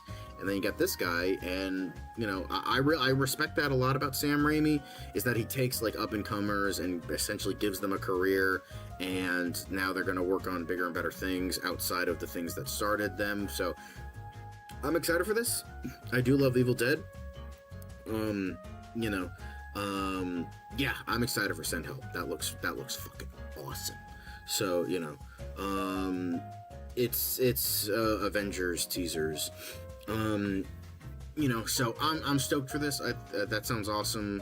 I can't wait for Evil Dead Burn as well. That's coming out later this year. I forget when, but yeah, super stoked for this. Next up, Tom Hardy loves Star Wars and would be down for a role in the franchise. He previously had a cameo as a stormtrooper in a deleted scene from The Last Jedi. My favorite character is Han Solo. I'd be well up for doing more Star Wars. So, awesome. I mean, I wouldn't be interested even with Tom Hardy, but I hope he gets it. I mean, I wouldn't even watch it if David Cornswell was a Jedi, so, you know. And I love both of those guys, so, yeah. Next up, Jack Quaid showing off his comic book collection. You know, this is all the stuff that he's been reading, and one of those, and of course everybody's jumping on this now, one of those is obviously Mr. Miracle. So now everyone is saying, oh yeah, he's definitely going to be Mr. Miracle now. So, you know, but Dark Horse did reply to this saying, let us know if you'd like anything, we got you. And then Image Comics, Jack Quaid recommendations, yes. But yeah, this is awesome. So, you know, Jack Quaid might be signaling people like, hey, you know, put me in something, coach. Let's go. But yeah, next up, Avengers Doomsday rumor the movie's action will eclipse everything else Marvel's ever done. We'll see, probably not. And then a flash in green light or lightning was captured on Jupiter by the Juno spacecraft, and somebody tweeted, Doctor Doom is coming, Doomsday is coming. Very cute, very nice. But that's it for quick hits. And he doesn't know the Dark Knight Returns? What? Yeah. You know, John, the signs are there. The signs are there. Doc Doom is here. Fear Doom. He's on Jupiter. Are we on the verge of a real life incursion, like IRL Honestly, incursion? you can't get much worse at this, but you really can't. Like, I'll take Doctor Doom as my Lord and Savior at this point. Fuck it. Jupiter will return in Doomsday. The god Jupiter will return in Doomsday. Yep. But yeah, that was quick hits. Good, fun, lovely little quick hits. But thanks for watching the news portion of the show. We will be getting into DCU Daily next. Yes, sir. So you know what time it is, John? Being #blessed time. It's DC time. You fucked up, Dan. But here we are. I know. It's so you know you can't. It's fine. You can't. It's Nobody's fine. perfect. We're moving on. It's another project that's been blessed from the beginning. There's the shot right there. That. Okay, we don't need to see. Right there. Hey, buddy. Eyes up here. Now you want to get nuts? Let's get nuts. Here we go. Victory mine. Ask me how am I doing? I'm telling you, really, I'm doing sublime. I never wait in the stewardess line. I just go do it. I'm moving my time. Really had nothing to do with it. How am I moving? I'm moving like you want to shine. Follow my lead. Don't listen to lies. I had to put me all on the line. That's why I know that victory's mine. I prefer Jared Leto. Hunka hunka.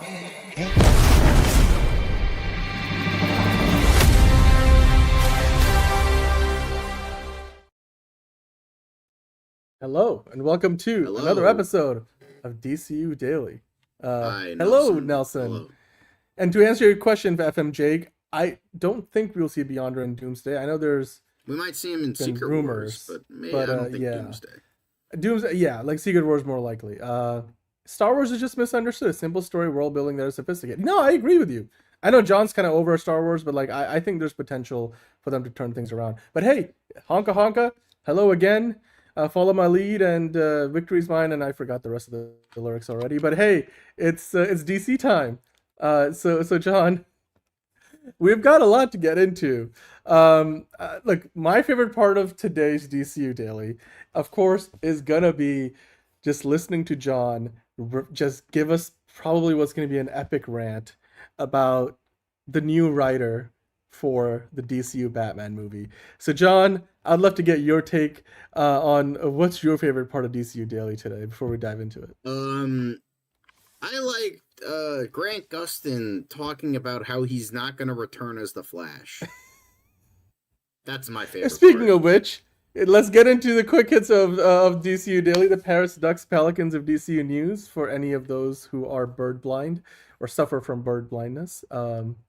Yeah, we talked about this on Monday. Well, we talked about the rumor being addressed by James Gunn, and he was like, I don't know why Grant colored his or dyed his hair blonde.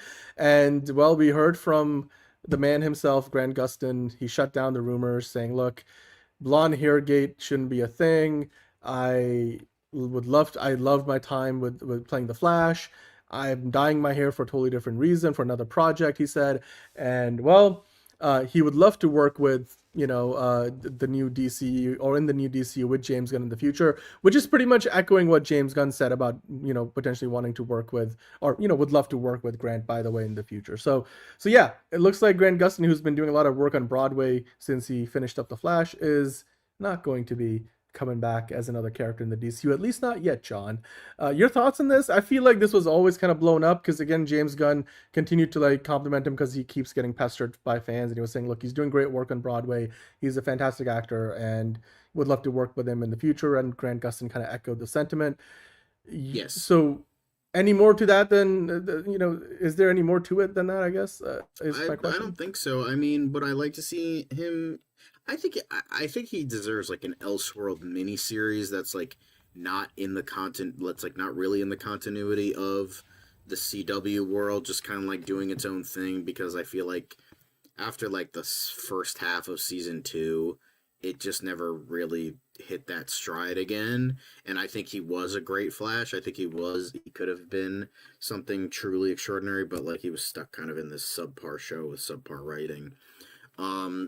But I honestly, I think the DCU Flash should be Wally West. I mean, we haven't really gotten a proper like Wally West like as the lead in something, and I feel like that's deserving at this point. I feel like he deserves to have like something, because like, Wally West was the Flash for a lot of people, because like all the people today that are watching the movies grew up with Wally West, because he was the Flash for almost like 30 years before Barry Allen came back after he died in Crisis. So Wally West is the Flash, and and then they like killed him off for the New 52, then they brought him back for Rebirth, and then they did fuck all with him, and now they're just starting to do stuff with him, and it's just all over the place. So I think Wally West deserves some loving. I think since it seems like we're getting kind of like a younger generation of people, like you have like an older Hal Jordan, we're probably gonna have an older Batman. I think it would be cool to have like a younger Flash, with it being Wally West. Like Barry Allen like already died, like it doesn't have to be Crisis, but like he just died like fighting crime or something, and he and just have him there. I think that would be awesome, because Wally West deserves some loving. So give Barry Allen a break. Plus Ezra and Miller fucking nuked whatever they had with Barry Allen, so give Wally West a shot. Yeah. Well, it doesn't look like it's going to be Grant Gustin, though, at least not anytime soon. I mean, I think James Gunn in the past has said we're not getting a Flash in the DCU for at least a couple of years, so longer, to like 2028 or 2029 at least, he implied. So, yeah, Grant Gustin, I mean, I'm sure if it was the right story and the right fit, they would consider him. But, yeah, let's keep on rolling, because, John, I believe while we have been getting all these news about A-listers like Scarlett Johansson and Sebastian Stan joining up with the Batman Part 2, they are still looking to cast one more role. And we could talk about what that role is, but this was a report that I thought was pretty interesting, that the Batman Part 2 is still looking to cast a key role, and probably more, supporting role, obviously. And it's meant to be played by an older male actor, and the character is supposed... I mean, look, it's been rumored that he's going to be Harvey Dent's father. You remind me of my father. I hate my father. Anyway. Your thoughts on this? I mean, who do you think it's going to be as a character? And then if you have somebody in mind, then what are your thoughts on, an actor for the role, considering we know... Well, again, we don't know for sure that Sebastian Stan is playing Harvey Dent, but that seems to be the most likely conclusion. But I think the real question is, can we trust him? Harvey Dent, can we trust him? Well, we have heard this news before. I think this isn't the first time this has come out, but this is more or less confirmation.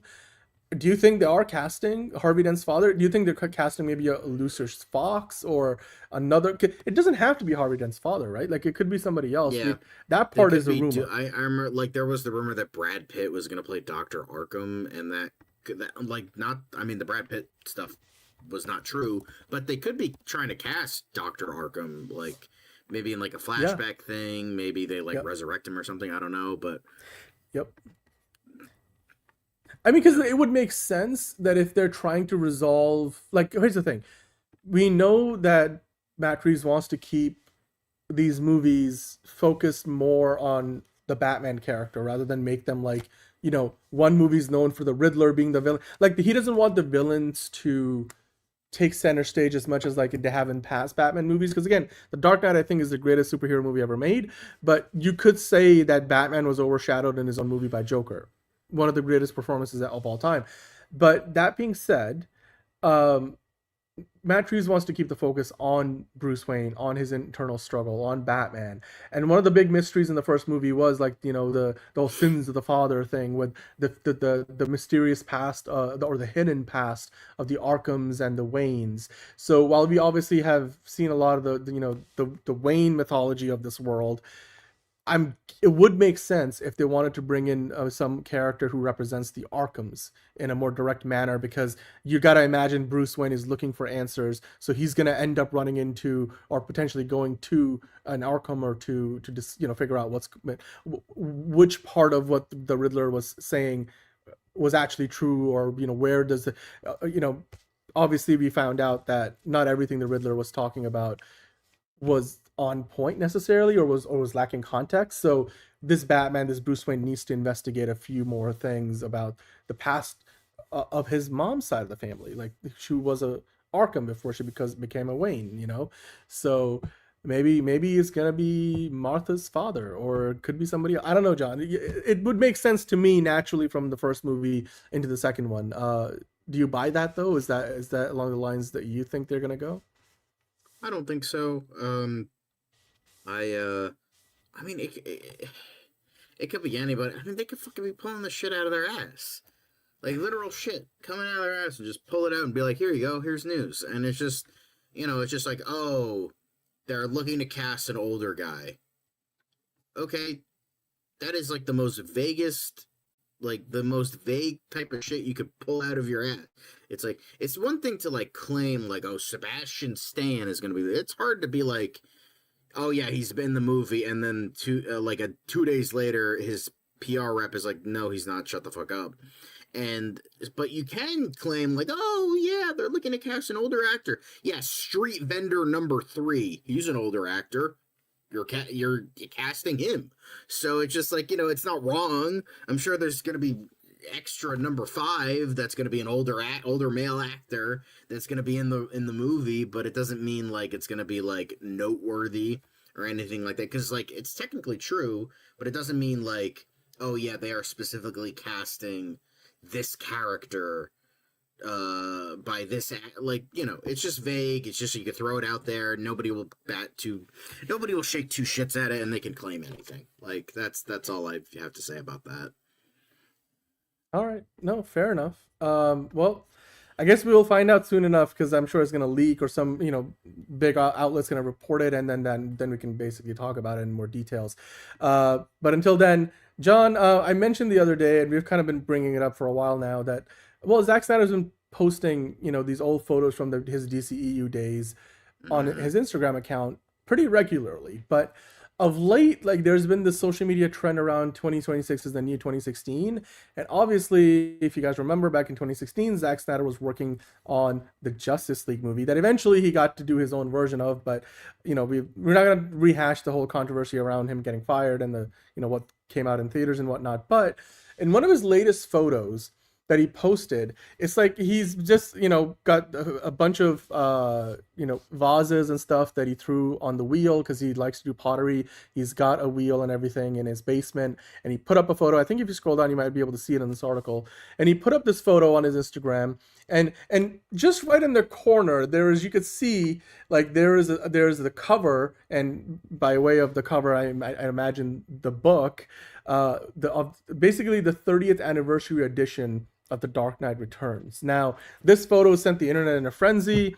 I was seeing, like, on X it was trending, and there were people putting out, like, which unfounded reports that Zack Snyder is, planning on coming back, and that DC or with the new Netflix ownership coming in, they might be looking to announce The Dark Knight Returns directed by Zack Snyder, which he has said, if there's one project that he will come back to do, would be The Dark Knight Returns, a more faithful adaptation of the comic that he loves so much, that he has loved, all the way back from 2016, even before that, when he was working in the DCEU.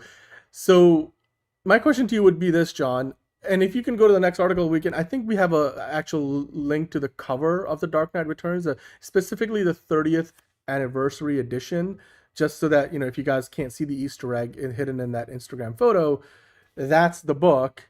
And now, of course, that edition is from 2016 as well, because it's now been 40 years. The original book got released, I believe, in 1986. So, yeah, and if you go back to the photo from Zack Snyder, John, my question would be, like, do you think Zack Snyder is hinting at something here? Because he would know, like, he knows enough about image composition to know not to leave something there by accident. Like, but does it mean anything? No, it doesn't. I think he's just trolling. At the most, like, I mean, I know, I know of page I felt was like, Zack Snyder knows what he's doing. He's baiting fans. He's riling the 100%. dumbasses up. Pottery is cool. And it's just like, I mean, yeah, he's done like metalworking. He's done work. He's keeping himself busy, you know, in between projects, failing projects that lose money for the people he's working for. But you know, I think he's just trolling here. I think he's rage baiting. Maybe he's nostalgia baiting. I don't know. But I think it's just like, I think Zack Snyder just likes the comic. I just think he was reading it, and like while he was doing his pottery, like if it's announced tomorrow he's doing a Dark Knight Returns adaptation, because he did say that was the only thing that would get him to return to DC, was if he was doing an Elseworld story of Dark Knight Returns, which, would he get it completely wrong? Yes. Am I sick of Frank Miller? Absolutely. But with what we're expecting for Batman in the near future, maybe it's not the worst thing we're getting. And we'll get there when we get there. So, you know, I think he's just doing a little bit of trolling, or, you know, was just legitimately reading it while making his pottery, which looks very good, by the way. Very cool. It does. So good for him. But yeah. 100% agreed. 100% agreed. Yeah. By the way, I did want to, before we move on from this topic, let's take a look at some amazing fan art. And this isn't even fan art that's like your traditional, just like somebody did a digital illustration or a drawing. If you go to the next link, I found this online. I was like, we gotta talk, because we love good fan art and concept art, right? Somebody made this, and this looks like kind of like a 3D sculpture version. It looks like of the tinfoil. Justice League and poster. I don't mean that in a bad way. It looks like kind of like somebody like made this out of tinfoil, and it looks cool. It looks amazing. The level of detail here is amazing, and the fact that they translated like a 2D poster into a 3D sculpture. I'm like, I would love to get like, I don't know, like a video orbit view of this and kind of like the details, because this is crazy. This is crazy good. Like, we talk about great fan art all the time, and I'm like, I hope Zack Snyder got to see this, because like obviously, you know, he would appreciate it. I'm sure James got, anybody who loves it, I'm sure you guys would. The level of detail in this, it's just, this is great artwork, you know, and it goes to show you how dedicated some fans are. And again, I'm not talking about the ones who are, you know, trying to destroy other people's happiness. It's great if you love something and you want more of it. Just don't try to force that opinion onto other people. But that kind of fan art it's just worth appreciating. If they ever did a DC fandom again, I hope that they bring that in, and that's something we can talk, you know, kind of showcase more. But until then, we'll keep bringing it onto the show here. But with that though, John, we got to talk about, what did Gunn say?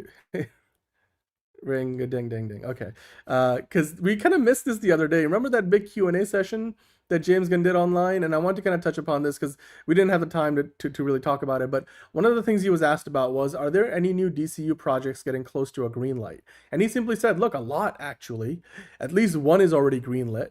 And, you know, he didn't really answer the follow-up, but he does hint at the idea that there's a lot more happening behind the scenes than, you know, has been let on publicly. So I figured we kind of pull this article from comicbookmovie.com, where they kind of go over, you know, a list of projects, because 3 years into the DC Studios existence, we have, you know, all the projects that they've ever announced, movies and TV shows, including the original slate that they announced a few years ago. And then, you know, there's a bunch that haven't even really started production, and this article kind of puts them all together, and I think this is going to tie into what we talk about later in the show. So my question to you would be, and we can kind of go through some of these. You got The Authority here, number 8. Obviously, we don't know what's going on with that movie. It looks like it's been shelved. And if you keep going down to like number 7, we have Batman Brave and the Bold. We'll talk about that in more detail. It looks like it's in the works, but not here yet. And then you have Waller, you know, a TV show that the last we heard was delayed, and they were rewriting it and whatnot. Hello, Hunter Iggy. And then if you go to number 5, we'll just go through the rest of the list. You got Booster Gold. Maybe Kumail Nanjiani is it, maybe not. Sergeant Rock, we know like it was on the shelf until maybe this summer. Are they going to pick it back up? Is Colin Farrell still attached to it? Paradise Lost seems like a show that could have been maybe the coup d'etat of the early DCU days, but I have no idea if it actually exists anymore or not. Like they were aiming high, but it seems to be like on the back end in terms of priorities. And then if you keep going down to there's 2 more in this list.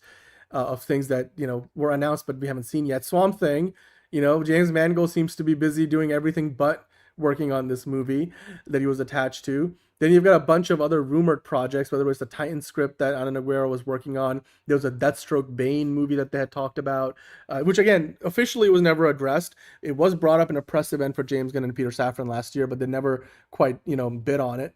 Plastic Man was something that was potentially in the works, a Huntress project, a Dead Man project that we don't know if it's coming or not still. So there's a bunch of stuff that we just talked about. Now, if you go back to the James Gunn comment for a moment, he said there's a lot actually in development behind the scenes and saying there's already one greenlit. And I imagine what he's talking about here are projects that we haven't heard of or we don't have any updates on. So I figured we'd go through some of those ones that we know of that we haven't really seen yet. And between those 8+ projects I just walked through and anything else beyond it, John, do you care to speculate like what James Gunn is talking about? What is that mystery greenlit show or movie? And then what else is he referring to when he says a lot actually? I think, you know, I think a lot of stuff is in True, Angelica. development that he's like finally starting to get there. Maybe it's the announced stuff we've heard of. You know, I know the animated Blue Beetle show was another thing that was considered. But personally, I think there's just a lot in development right now, and I think he's just waiting for the right time to announce stuff. And I think it's also a little bit awkward because of obvious reasons, because of with the whole merger stuff. There's that to worry about. So, you know, I think he's just waiting for the right time. And I think I think if anything was close out of the ones we've heard of, I would probably guess like Waller or Booster Gold, because those were like the closest, because it was confirmed that, you know, Jeremy Carver and I think Crystal Henry were working on Waller, and on top of the fact Booster Gold does have a showrunner. I forget his name, but he was announced a while ago, and he's working on that because he took it from Danny McBride, which we were kind of spitballing on who the showrunner initially was, and then that guy confirmed it. So those are probably the closest because they've been working on them for a while, and I think they probably have the most material to work with. So there's that, because The Authority, I feel like, is dead. I feel like that was supposed to be, you know, more of a thing of, like, in terms of the flip of what Superman was about, like, why, you know, Superman is still needed in a world like this, and I feel like The Authority was kind of like that, but from their perspective. And I feel like the Justice Gang kind of did that already with what The Authority was, and obviously they have the engineer. They can eventually do it or not. She's just a character. It doesn't matter. But you know, I think you have and then like Paradise Lost, they're already bringing Wonder Woman, and I don't think anybody really cares about a fucking Themyscira prequel. And then, you know, you also have Swamp Thing. I think that's kind of dead because James Mangold, well, yes, he can work under different companies and all that, but I think he's kind of going to be exclusively at Paramount. So it's not totally impossible, but it's unlikely that he would come back to Warner Brothers to work on Swamp Thing or DC Studios specifically. So if I had to take a guess, like in terms of the projects we've heard of, is Booster Gold or Waller, or an entirely different project we have no idea that actually exists. So there's that too. Okay. No, I mean I could see that it's the Swamp Thing one. I think is probably going to happen eventually. It just might not be James Mangold, or if it was specifically attached to him as the person who would want to do it. By the way, hello, Enterprising. Then yeah, I mean maybe we will never get it until somebody else comes in and wants to do a version. So, which would be a very different story, I'd imagine, than what James Mangold had in mind. Which even he didn't seem like when he talked about it, he had a complete idea. He was going to work on a script, which he hasn't done yet. And he's busy with Star Wars and, like you said, with Paramount after that. Hey, no worry. Enterprising, thanks for joining in and thanks for the super chat. You can always, be kind and rewind later. But I just wanted to touch on this because we missed this part from the Q&A session the other day that James Gunn did over the weekend. Yeah, I mean, I think there's probably several things James Gunn, regrets announcing, because there's things that come to you from experience, things you learn after being a studio head, because he was kind of fresh faced, and I'm sure Peter Safran and James Gunn probably look back at that announcement and be like, our hit rate on that isn't exactly ideal. Like, maybe we should have held off on a couple of things, but they also say we wanted to make an announcement. We wanted to come out the door swinging, so I get it. But I also feel like that was very much like a board of directors, like shareholders thing, where it's probably like, driven by the business needs of the studio. Yes, the business I totally needs, get and they were, and I feel like James Gunn was like, and David Zaslav was like, "What do you got?" He's like, we got these." He's like, "Okay, shit out a fucking announcement, because I'm looking at the numbers for this year, and oh boy, they are looking like mighty garbage. Oh god, we got The Flash, which stars a fucking pedophile. Oh fuck. Okay, we got Shazam 2. The guy's an anti-vax crazy person. Oh fuck. This is gonna be bad. James Gunn, help us." And so, I think that's kind of why they had that announcement, even though I bet none of those projects were all that, developed. So, win some, lose some. That's okay. Yep. But speaking of winning some. Yep. Yeah, let's keep on rolling. We do have Superman, top 3 in the top selling titles on disc, DVD, and Blu-ray, which is really nice. Top 10. And doing better than Venom: The Last Dance. Ugh, thank God. So, thoughts? I mean, look, Superman being in the top 3 is great news to see it that high. I mean, top selling DVD and Blu-ray titles. I think in the Blu-ray specific rankings, they were at number 2. You got 2 Universal movies at the top. I mean, both of those movies made about as much. Certainly, I think Jurassic World made more money. I forget where Wicked fit. Oh, actually, they tell you. Yeah. Well, I think both movies made more money than Superman, so I totally get it. But the fact that Superman is on the top 5, I mean, yeah, like you said, it's ahead of Venom: The Last Dance. It's basically the highest grossing comic book movie at the Blu-ray physical media sales, because Thunderbolts, Venom: The Last Dance, you had, of course, Captain America: Brave New World, and Fantastic Four, all well behind it. So yeah, I mean, Venom: The Last Dance is doing well because I think a lot of these movies, nobody went to go see them in the theater, so they're like, all right, I'll buy it on DVD. Yep. I mean, and whereas Superman, a lot of people did see it, but I feel like even then, it took 35 days for them to put it on streaming. So I'm sure, and a lot of you guys got collector's editions. So there's that too. But yeah, I mean, you know what? James Gunn, I think, saw this, and he decided to give us his 2 cents.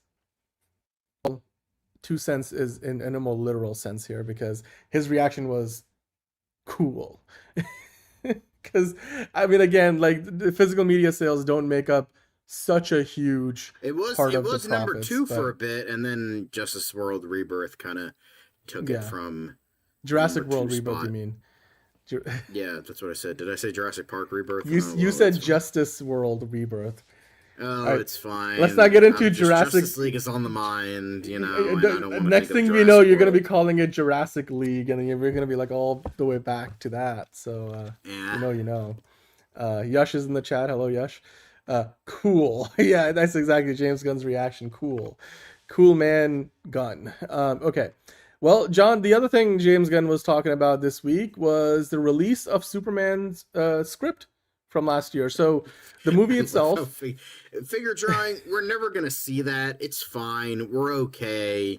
We're good. It's fine. Anyway. So as I was saying, James Gunn released the Superman screenplay. Yep. And it's actually like it's not what I thought. You know what it was when I clicked the link? I thought it was gonna like load up in a book that you could buy with the script, because that happens all the time. Movies release the shooting script, but it's literally just a PDF. Like if you click through the link and we have it open, it's the PDF. Now, of course, I'm sure there's versions of the script that we will never get to see, like where there's the shooting script that they had scribbled notes on and stuff. That might become a book down the road. That has happened in the past. Oh, hello, Sean. Thanks for joining in. Definitely hit the like button if you guys are watching live. But this version of the script still works. It's fine. I appreciate it. I'm just saying it's just like, we're probably never going to see that. I appreciate that you're still trying to make it happen, but, Yash isn't even, like, talking to you, isn't even like mentioning what you're saying. So we're never gonna see it unless we like, you know, go Moon Knight on his ass and be like, Dracula, you owe me $50. So, you know, It's okay. No, but bullshit, go anyway. So I appreciate it. Yeah. I appreciate it. Not saying I don't appreciate it. We're just saying, yeah, she's a little bitch who doesn't pay up. So that's all I'm saying. Okay. All right. Well, John, the fact that they released this script for people to read and it's a PDF, it's not something you have to buy. I think that's a good sign, right? Like this isn't. I thought it was going to be a ploy for us to like go purchase, you know, a book, because I'm sure there'll be collector's editions or special things for people who really want to look at like what the shooting script looks like with all the scribbles and on the day changes. But if you want to read a script, here it is. The whole Superman script is a PDF. You guys can click through that link that James Gunn has got on his Threads account and download it and read it. And speaking of, I mean, a lot of people did go and read it already. I wanted to pick out this one moment from the script. I think we have it from DC Film News, who do a great job of covering all things DCU. And that's the characterization of Superman. Like almost from the get-go, it looks like James Gunn, the way he perceives Superman, you can tell. I'm not going to say he's necessarily better than everything we've seen before, but he, for the version of Superman and Clark Kent that we got, is different, and it just works perfectly for this movie. Because in this script, what you see here is James Gunn's belief that he kind of reiterated during the promotional tour for Superman, is that while a lot of people seem to think, I mean, you know, this is James Gunn's word, that it's commonly said that Clark is the mask and Superman is the real, you know, personality. Kind of like what people say about Batman, with like Bruce Wayne is the mask and Batman is the real, you know, person.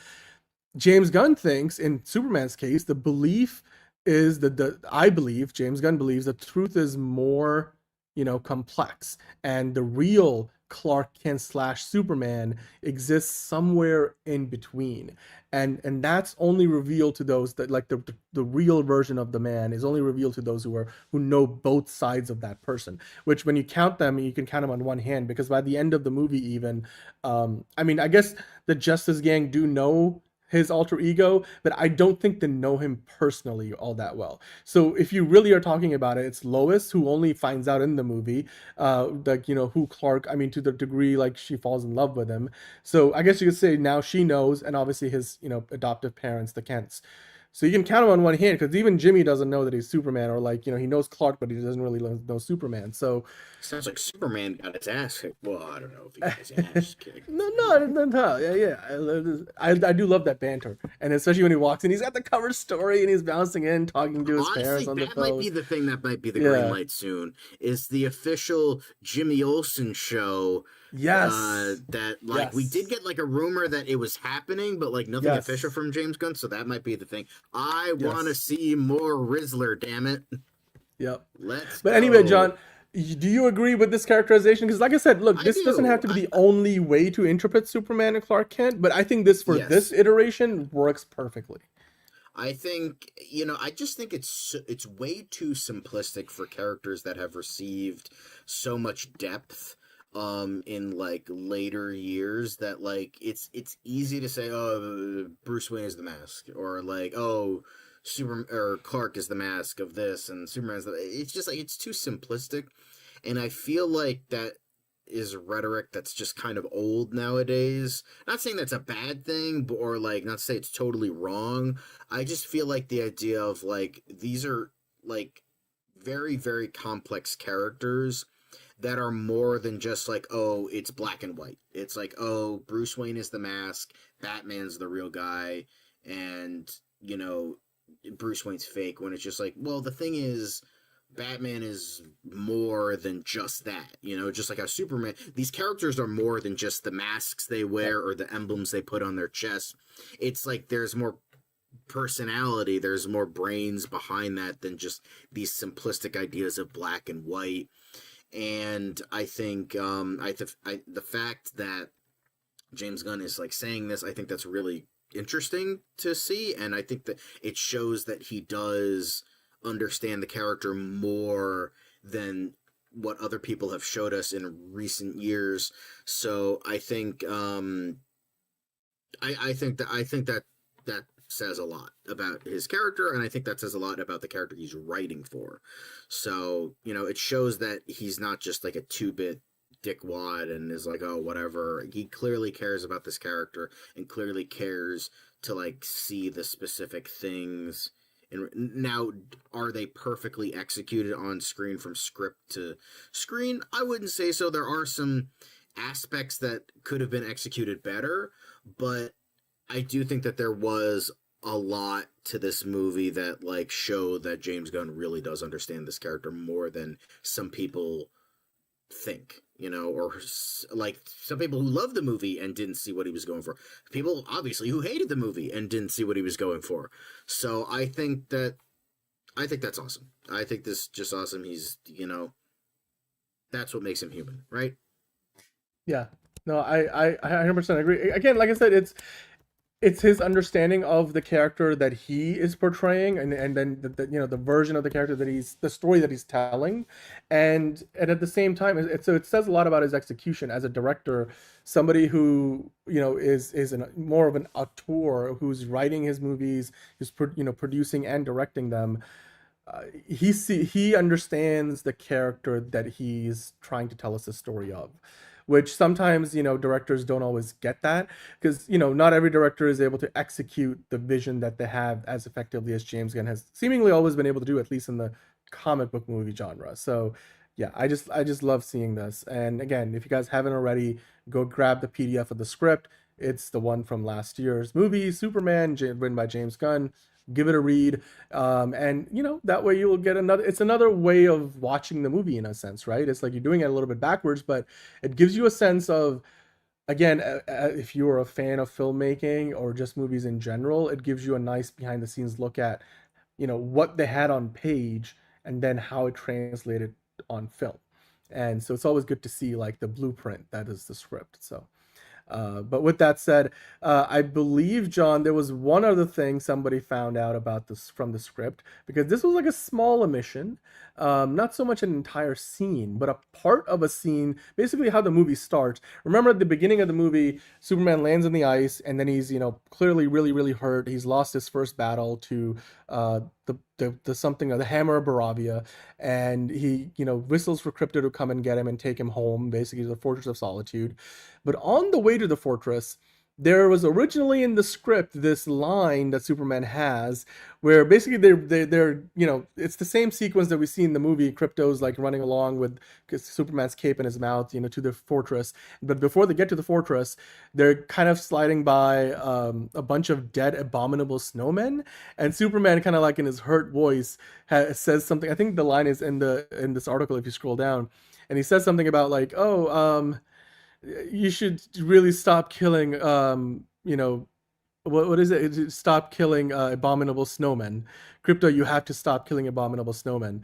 And so it's like a piece of dialogue, right? And then he says it like he's hurt. There's pauses in the line. So I'm sure they shot it. It just never ended up in the script. Like it hit the cutting room floor during the post-production process. One of the people who worked on the movie was talking about it.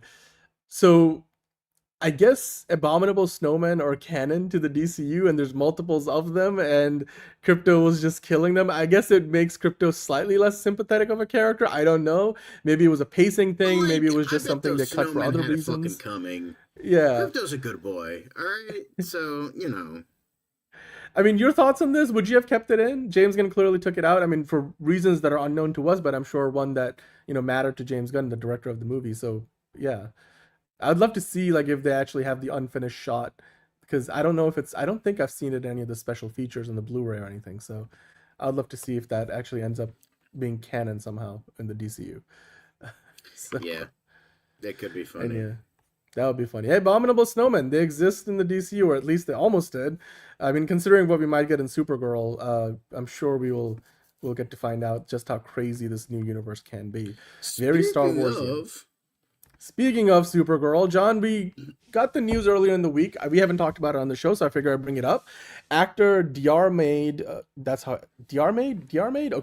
Murtaugh, who's been in the Tourist and Outlander before, so he's done a few things. He's set to play a secondary villain in Supergirl, and well, it looks like he's going to be playing Drom Baxton, who's second in command to of the Brigands, who of course is led by, or the team or this group is led by Krem of the Yellow Hills, who's Matthias Schoenaerts playing that role, and they're the ruthless space pirates and human traffickers, which is a difference from the comic, and they're going to be the main villains of the movie. John, this is news that you would imagine we would be getting when the movie was still filming and stuff. So I think obviously they've shot all the parts. I don't think they're bringing them in and like maybe post like reshoots and stuff or additional photography. So it's kind of one of those things where it's just been not announced until now, or this wasn't a press release, but it's just something that Deadline broke this as an exclusive. How familiar are you with Diarmuid Murtaugh? Are you surprised to see that it took us this long to find out one of these? I mean, I imagine he would have a significant role in the movie, so more than a cameo, as it were. But your thoughts on this? I mean, again, it's not groundbreaking, but it's something we didn't know before. Yeah, I mean, that makes sense because from what I know of the comic, it was, Krem teamed up with this, like, group of, like, murderous space pirates to help, kill Ruthie or kidnap her or whatever. So, yeah, obviously, they're gonna have them.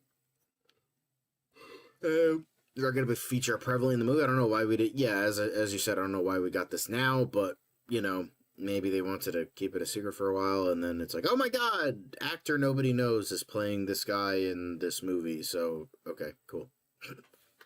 Yeah, I mean, it's not like one of those characters that people are like, oh my god, it's not like Lobo, it's, so I don't know how significant this is going to be. I guess we'll find out when we watch the movie how big of a role he has. But yeah, this is good to see, and let us know in the comments down below. What do you think about this news? I mean, Caleb was saying hopefully he doesn't get arrested because, Matthias Schoenaerts didn't get arrested. But he did have a warrant out for him, if I remember correctly. So anyway, you guys let us know what you think about this casting news for Supergirl. We'll keep an eye out for the latest. But John, we're not done yet because now it's time to talk about the main event of the show.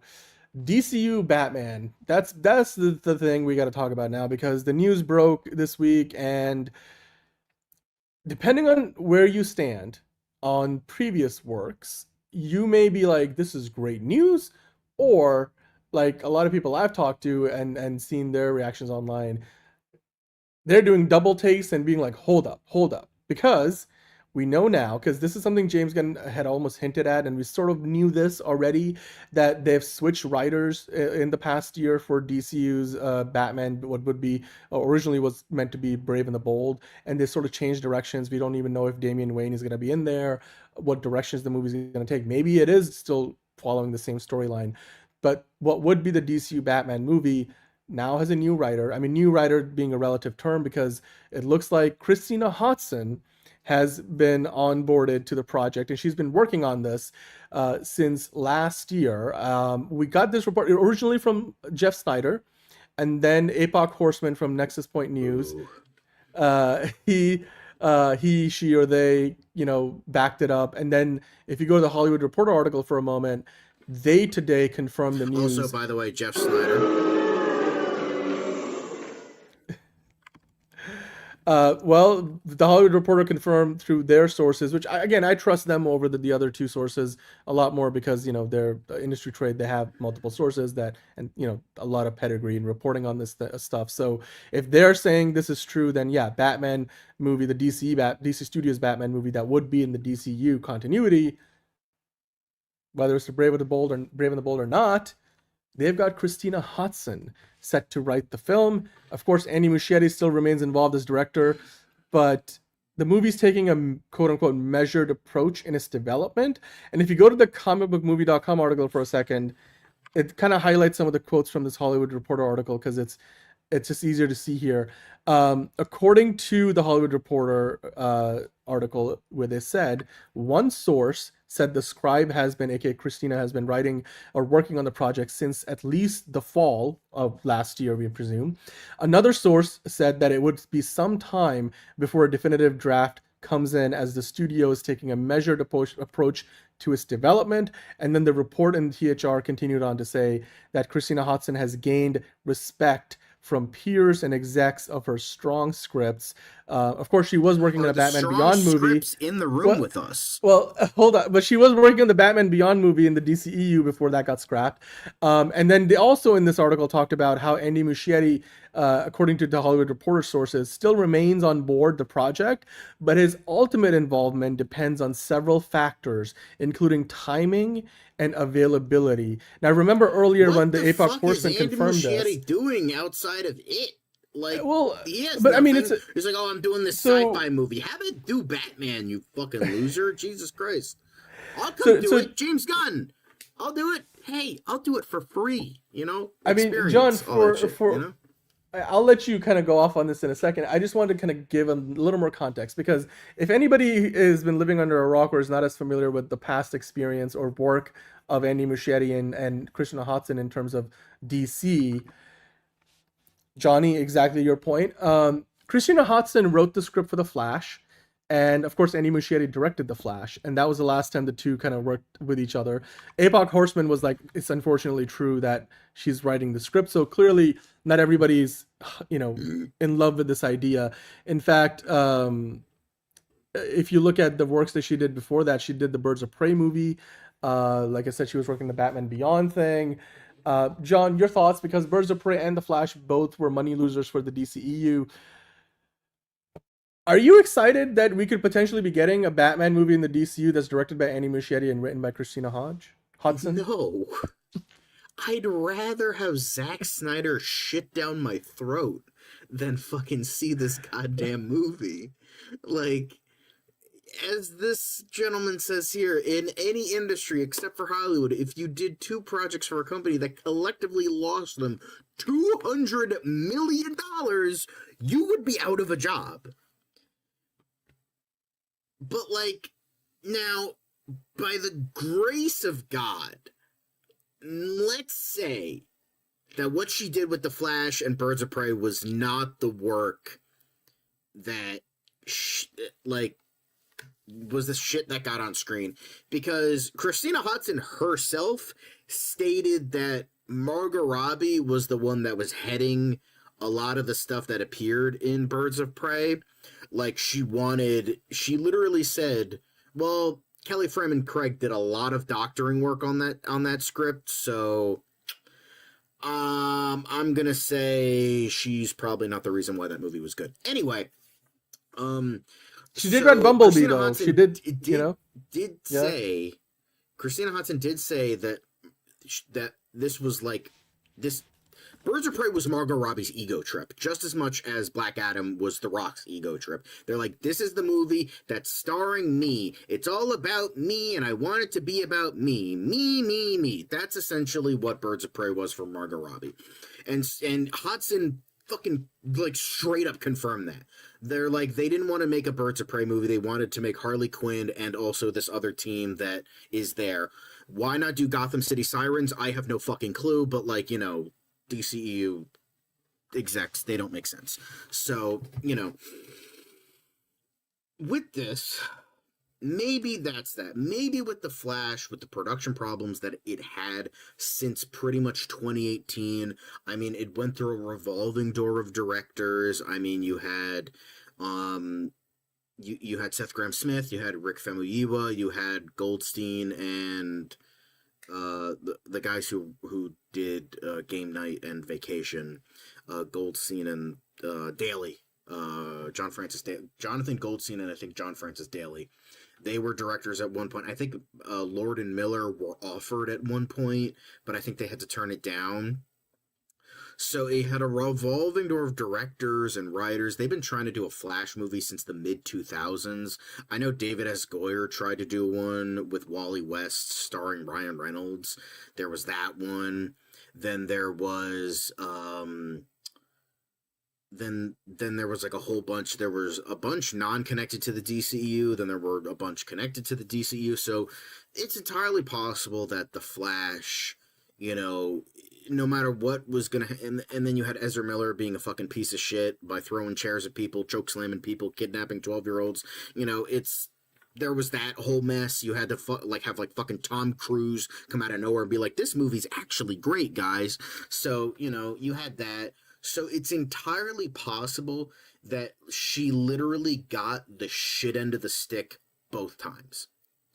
However, you also have the stuff, you know, I mean, she did write that line for Batman. It's like, oh, I just need to throw money at poor people and it would actually do something other than being a Batman, which, you know, still irks me to this day. I fucking hate that argument more than anything, where it's like, oh, if that Batman actually did something for Gotham, he'd stop dressing like a bat and fucking Catwoman and actually, like, throw money at the problem. Even though it has pretty much been known in reality and in fake reality that never fucking works. But, you know, these people have not picked up an economics textbook ever, so they don't know anything shit about shit. So I'm gonna say I'm gonna try and be, you know, I joke, I'm hyperbolic. Let's just say I'm not excited about this. As Ron said, I'm not excited about this.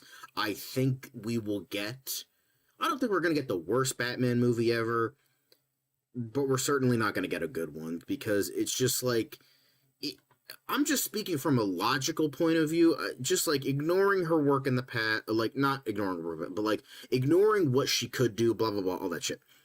I'm just saying, this woman literally worked on 2 movies that lost this company millions upon millions upon millions of dollars, and yet you still bring her back, in addition to the guy that directed the movie that lost you millions upon millions upon millions of dollars. That just doesn't... I don't care how fucking good her scripts are. Why would you bring back the person that lost you millions of dollars? That just doesn't make sense to me. Maybe it's just like a business thing I'm not thinking of. I don't know. Maybe she's just like the gold nugget and just all of her shit in the past were just everything was hacked to pieces. I don't fucking know. But it just doesn't make sense to me from a logical point of view to bring someone back. Like, and you know, by the way, she also, as the comic book movie article said, she also wrote Batgirl, which Warner Brothers deemed to be so bad it was unreleasable. To me, that's more worrying than anything Acme else. Is coming back, but that got sold off. This was deemed so bad they can't fucking release it. They released the Flash. They released the fucking Flash. Well, I mean, they just had Wilson too much money eating in there. Cockroach. They deemed that to be better than Batgirl. That's saying a lot, okay? So she wrote these 3 projects, and you're still bringing her back for another one. Even though with the stuff she's written in the past for Batman was not good. That's the thing that just doesn't make sense to me. Now, it's entirely, as I keep saying, I'll give her the benefit of the doubt. Maybe her shit got hacked to pieces. According to Gail Simone, who did, like, read some of the original script for Birds of Prey, they did want to make, like, for instance, Cassandra Cain more, like, comic book accurate, but the Disney execs didn't want her to, or DC execs didn't want her to do that. So there is that. Gail Simone pretty much confirmed that, and I'm willing to bet Gail Simone, she's anti-corporation, so she's not gonna fucking bat for DC. So, you know, it's just like, I don't know, it just makes little sense to me, and I don't get this, and it feels like I've seen more negative press about this revelation, if true, than I've seen positive, because it just doesn't make sense to me. But I know for a fact that they're just going to say, oh, you're just sexist. You're just sexist because a woman's writing Batman. It's like, no, I'm not. I'm not upset that a woman is writing Batman, because, you know, the thing that, you know, won awards, by the way, for the Becks, the Batman was written by a woman, and guess what? That was fucking goated, by the way. First off. Second, I'm not mad that a woman's writing Batman. I'm mad that a bad writer is writing Batman, okay? Because I don't want another Akiva fucking Goldsman to be writing The Iceman Cometh with this fucking shit, okay? So, like, that's the thing I'm mad about. Anyway, Dan, I keep interrupting you. I apologize. Now you have the floor. Well, I was just gonna look. Here's the you're making some good points, and again, and if you go back to the Hollywood Reporter article for a moment, I don't think this is to say that it's a criticism of her being like a sexist remark. No, like I don't think being sexist is that's a little surface level. Look, there are gonna be people out there who literally will, you know, get mad at this news because she is a woman. Obviously, but that is a loud minority if there is one. I do think there are legitimate business reasons why you'd be concerned that, you know, Christina Hodson is doing another script, and you look at her track record. And thank you for the super sticker, enterprising. And you know, it's a mixed bag. But John, like you said yourself, the like her script, but you know, depending on the reports you believe or not, but it was Birds of Prey or not, was like hacked to pieces. Batgirl we have never seen. And the Flash, you know, obviously went through a million rounds of changes. Who knows which version of the movie I actually got? Whether it was one of the scripts that was like taken in and worked on for the 50 millionth time. That it just felt like a story that clearly had too many cooks in the kitchen, both from a directorial and an editorial standpoint. So, yeah, I mean, you look at every other project that she has worked on. There's some kind of asterisk next to it, other than Bumblebee. Bumblebee seemed like the one which kind of, you know, went smoothly all across the board. Yeah, it didn't break the box office, and yeah, it wasn't like a huge hit financially, but it was a critical success, and it made certainly enough money for them to greenlight a sequel. The sequel did worse, but you know, that's also, I think it was not as well written and executed. Different story. I think they also should have kept it more, you know, the sequel to Bumblebee should have been another, you know, character focused story rather than another huge Transformers movie. But Bumblebee that she wrote was a fantastic film. Probably for a lot of people, one of, if not the best Transformers live action movie. And you look at this, and then you look at like, okay, James Gunn is the man who hired this, he ultimately signed off on this because the DCU project. Peter Safran signed off on this. And I know that they're not perfect, but the fact that we are, you know, if you're willing to put your trust in James Gunn, and then yes, he did say The Flash is one of the greatest, but clearly there was too much money on the line with The Flash that, yes, James Gunn played it up. I mean, I don't think James Gunn said it was the greatest movie of all time. I don't remember if that's exactly what his words were. But yeah, Tom Cruise hyped it up. James Gunn hyped it up. Clearly, the hype was a bit overblown. I don't think it was a terrible movie, but it certainly was just above average. You know, it was a little bit better than mediocre. It wasn't the worst thing that they did that year in 2023. Certainly, it was better than the Shazam 2 for my money. It was, I thought, a more well put together movie ultimately than Aquaman and the Lost Kingdom. And what was it? Was there there was a fourth one? Yeah, Blue Beetle. I think Blue Beetle was overall the best packaged movie, but The Flash just, you know, like it's kind of apples to oranges because one is, you know, multiversal film story. But if you guys want to check out our detailed analysis of why The Flash didn't work, whereas something like Spider-Man No Way Home did, and I've just rewatched both of those movies recently, look at our video essay on the channel about why the Spider-Man No Way Home succeeded where The Flash failed. But I mean, a lot of us know the reasons why. Was it just because of bad writing? No. And like, it was the 50th different writer she was on that project. So what I'm trying to say is ultimately I put my, look, I'm going to try to be cautiously optimistic. And I'm going to put my faith in James Gunn and Peter Safran, the decision makers, because they know more about, you know, Christina Hodson, the writer, and what she's capable of. And there's even beyond them. I mean, the fact that she keeps getting more work in a world, in a Hollywood, in an industry where there's a dime a dozen writers out there, probably 1,000 other writers who have pitched through their agents different ideas for a Batman movie, and the fact that James Gunn picked them, picked Christina Hodson to do this, and again, it doesn't seem like she was the first writer. They made a change and brought her in, right? So another situation where she's going to come in to take over for somebody who previously had the job. And so clearly she's done this before, and I mean, granted, it hasn't worked out every time, but when you're writing for a studio, you need to be able to like have the trust of the people who are ultimately going to get the approval. This is not a situation where you're the writer and the director and you're basically, work for hire writer, and you're writing a script that somebody else is going to make. Let's be honest, I don't think we're going to see the same level of authorship from the DCU Batman movie the way James Gunn is approaching it, because he's not the one writing and directing it. I just think our expectations ultimately with this news, if not anything else, if I can be a little negative for a moment, I think we need to lower our expectations. Now, I'm not saying they can't get it right and absolutely kill it, because there's a reason why James Gunn hasn't, just gone with whatever they came up with originally and instead changed directions, because he clearly wants to get it right and do a good job with it.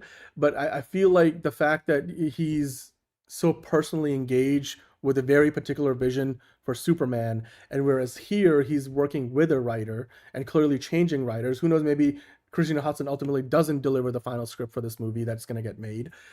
That's yet to be written. I mean, that's hopefully the goal here, but I don't think we're going to get the level of, greatness that the Batman gave us with Matt Reeves as And the Batman wasn't even that great to begin with. And like what Christopher Nolan did with the Dark Knight trilogy. So I just think we need to, at this point, start to maybe, and again, they could kill it. Absolutely kill it.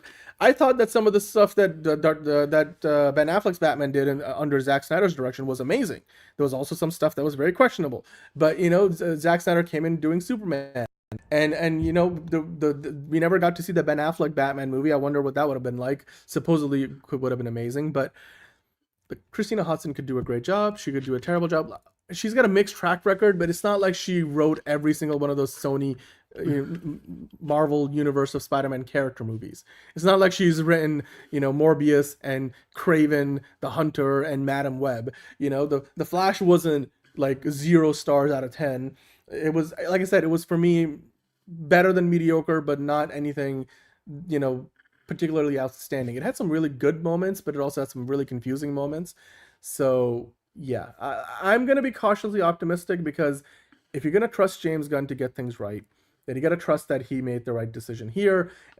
The only thing that worries me is the fact that this is the second writer coming in, and Christina Hodson's been in that position before, and the results, if you're going off the results and you don't know the person personally, maybe there's something we don't know about Christina Hodson's ability as a writer. Maybe she had an amazing idea, because clearly James Gunn's hinted at the idea that they've changed the focus of the story. Maybe Damian Wayne won't be in the movie as much. Maybe he won't be in it at all. Maybe it's not so much Brave and the Bold the way it was initially pitched. And maybe Christina Hodson, has a killer idea, or maybe she's the perfect person for the job. Again, we'll have to wait and find out. Maybe she won't even be the final writer for the movie. So, under pressure, definitely under pressure, because James Gunn knows, and he has said as much, that Batman and Wonder Woman are a big part of this cinematic universe, and they're very important. David Zaslav obviously has said so. I just hope to get it right, because John, like I said before, I've said it before many times, they've already waited too long to introduce the Wonder Woman and Batman of this universe. Mm-hmm. The only saving grace, and James Gunn has pretty much admitted this from the Q&A this past weekend, the only saving grace for the DC right now with regards to not having a Batman is the fact that they're working on the Batman Part 2, and that will release next year. If that wasn't the case, whoa, baby, there would be a whole lot of pressure on them to put that Batman movie to work a lot faster.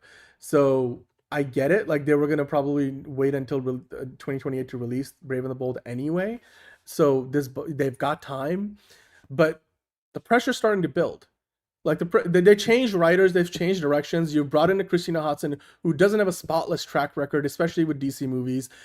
And the social media reaction, look, James Gunn is all about, staying in sync with the fans, and that good organic marketing and reach. He doesn't do Super Bowl ads, at least not for Superman, because he prefers to just reach out to the fans and do it organically. They don't do big Comic-Con events, they do press releases with journalists, and then, so clearly, James Gunn needs the fans to be on his side, and the DCU doesn't have enough cachet just yet for them to just do whatever the hell they want and expect it to work. They haven't pulled off a Guardians of the Galaxy level kind of a unknown character that's hits, and Batman is the opposite of an unknown character. He is one of the, if not the most well-known character in all of comic book movie sphere as a whole. So the pressure's on, because Christina Hodson may have written a Flash movie, she may have written a Birds of Prey movie, she may have written a great Bumblebee movie, but she ain't never written a Batman movie. DC's the house that Batman built. Warner Brothers, the house that Batman held up for a while. And if the conversation on the internet is anything to go by, they need to get this right. They need to get the DC Batman right. And right now, it's not a particular vote of confidence that Andy Muschietti and Christina Hodson, two clearly work for hire director and writers, are coming in to direct and write movie that's gonna be, overseen by James Gunn, who doesn't want to personally write and direct it. Like, it's gonna be the first example of a high profile project where he's clearly very closely involved, but he's not writing it and he's not directing it. And I wonder how that's gonna turn out, because yeah, James Gunn is learning on the job, and I hope he's learning the right lessons, and maybe call Kevin Feige a couple of times, because even before Kevin Feige was leading, Marvel Studios, he had been working as a producer with Marvel movies for like a decade and a half. So James Gunn does not have that experience as a producer. So this is a new ground for DCU, for DC Studios, for James Gunn. I hope it's a good decision. I'm cautiously optimistic, but I definitely was worried. I mean, John, Liz will talk about this, I'm sure, on Friday when she's on. I sent you guys the text messages, and I was like, I can't wait for John's rant on this, because if you're getting a Christina Hodson written, Andy Muschietti directed Batman movie, the same two people who were in those roles for The Flash, then boy, are we in good hands. Like, that's not exactly what the first thing that came to my mind. So yeah, we'll see. We'll see. I'm cautiously optimistic, John. I don't know about you. I'm gonna give her the benefit of the doubt that maybe, like, her script was hacked to pieces, that the DC execs at the time were just real fucking dog shit. Maybe it was the production problems of The Flash that, stopped her, and maybe Batgirl, maybe the directors just fucking sucked that bad, even though they've done good work with the Bad Boys franchise. So I don't know. We'll see. But I'm very, very skeptical. I'm pretty much what I am with Supergirl. It's not like Lanterns, where it's just like, this has direct involvement from Tom King, so it's gonna be bad. It's like Supergirl, where it's like you have a first-time screenwriter, a hit-and-miss director, and a not popular actress in the leading role based on a comic book that is not very good, but it's loosely adapted. So it's like, it has a lot of things against it, but I'm cautiously optimistic, but still very, very skeptical. Like with this, I'm more skeptical than Supergirl, but it's not quite DOA like I think Lanterns is going to be. So,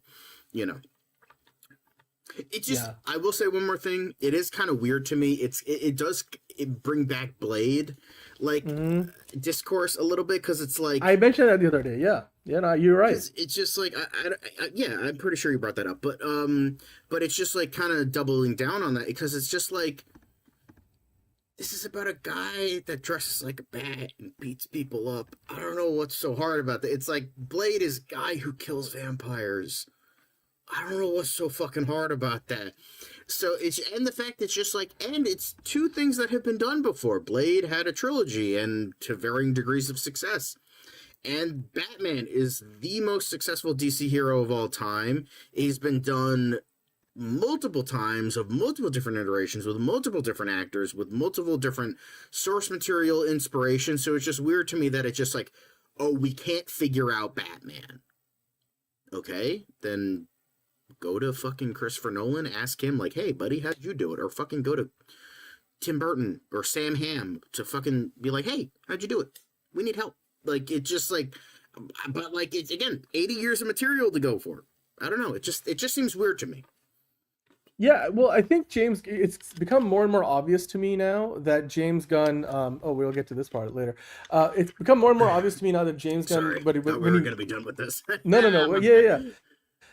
If you go back to when they made the whole announcement, the Slate announcement, and James Gunn, the reason why he said they're going with the Brave and the Bold is, like, we have seen so many iterations of Batman before, and obviously with the Batman right now, we've got another one going with Matt Reeves, and even Matt Reeves took like 5 years to figure out his script for the sequel.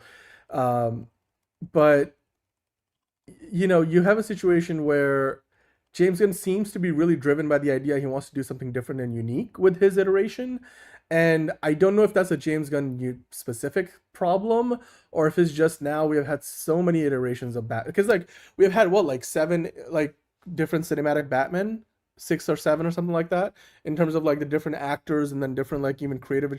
Even if you combine the different Schumacher iterations into like one continuity, you still have like the Tim Burton version, you still have like the Christopher Nolan version, you have the Zack Snyder DCEU version, then you have the Robert Pattinson version. You haven't even seen that many Spider-Man iterations. We haven't seen that many Superman iterations. The only comparison would be like Bond, and you know James Bond like has been reinvented over the years, but like is it maybe in general like it's hard to do a Batman that is not retreading old ground, and maybe that's just something that maybe he's just overly obsessed with it, like James Gunn is maybe too focused on that idea, and that's because yeah, I mean like you said, the Blade situation, like how hard is it? It's a vampire. Like, you know, we talk about like how hard is it for you to do this? Yeah, and like a guy they couldn't in a figure Discord it out. server was like, "Give me 10 minutes, Yeah. I can fucking figure out a plot," and he did. He's like, "Okay, start off Blade. He's racist against vampires. Then he meets Dr. Morbius, who's a tortured vampire, and then they have to team up to find a cure. And then at the end, Blade realizes that vampires aren't totally evil, they're tortured, and he just decides to kill them, not because he's evil, but it's out of mercy, and boom, there you go. Fucking figure that out. And you don't have to bring back Jared Leto either, and you could just do that. It's simple. Like, don't get me wrong, I'm not trying to be mean against the character of Blade, because he does have a lot of depth. He's not just surface level, but it's just like, at the same time, it's just like, guy kills vampires, make it R-rated. You saw success with that with Deadpool and Wolverine, yes, for a very different reason, because you had Deadpool, you had Hugh Jackman coming back, yes. However, you fucking, if you really can't figure that out, what they could have done, again, I'm sorry, this is a bit of a side rant, what they could have done, instead of having Mahershala Ali, just like do an Old Man Blade movie, make it retroactive to the MCU, and then have like Wesley Snipes actually do what he wanted to do with Blade Trinity and stay dead, and like have do Old Man Logan that shit, Old Man Blade, have him do one last job, do that, he dies, there we go, and then you can reboot it with Secret Wars and have Mahershala Ali come in as the new Blade. Boom. Easy enough, but for some reason they just couldn't figure that out, and we can't get that now. So, you know, it's just, I don't know. Yeah. I mean, and again, not saying that's what's going on with the Batman script for the DCU. I'm not saying that at all. I'm just saying like it's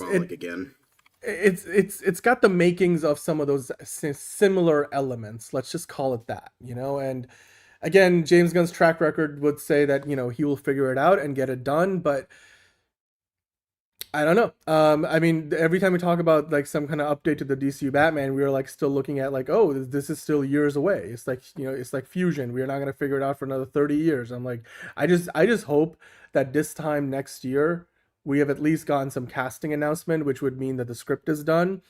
And speaking of which, John, one of the most popular fan casts for Batman has over the years been, of course, Jensen Ackles, and he was recently at a Supernatural, you know, reunion Comic-Con of some event, some kind in Vegas, and we actually had Jensen Ackles on our Fancast Friday episode when we did a Fancast for the DC Batman weeks ago, I think last year, one of the first episodes of Fancast Friday, and well, Jensen Ackles has previously not been shy about his, you know, desire to play Batman. And at this convention, I mean, where, by the way, Misha Collins, also from Supernatural, was there as well.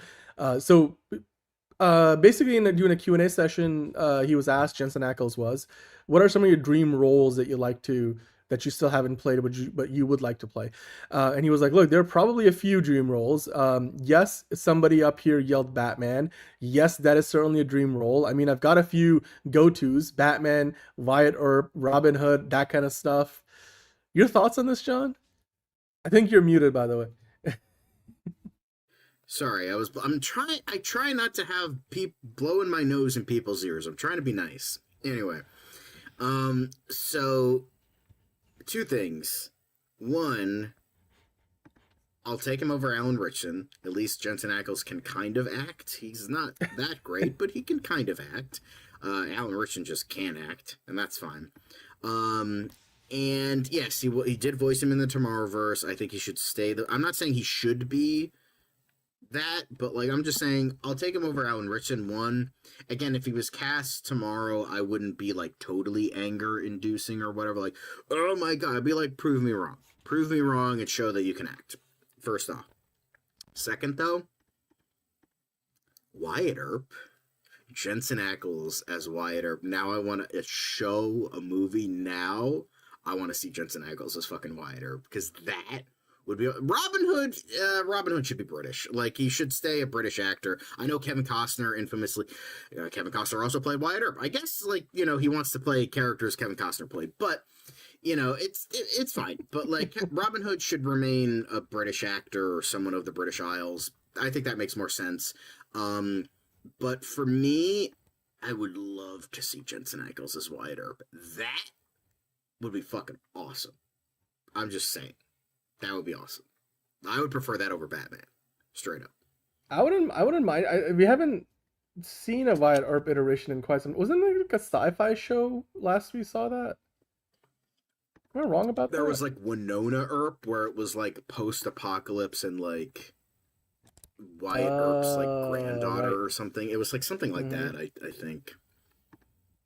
Yeah. Or am I thinking of the Van Helsing show that had like his granddaughter? Hold on. I gotta look up. Yeah, Winona Earp. Yeah, so she fights demons in she fights demons in Winona Earp. It was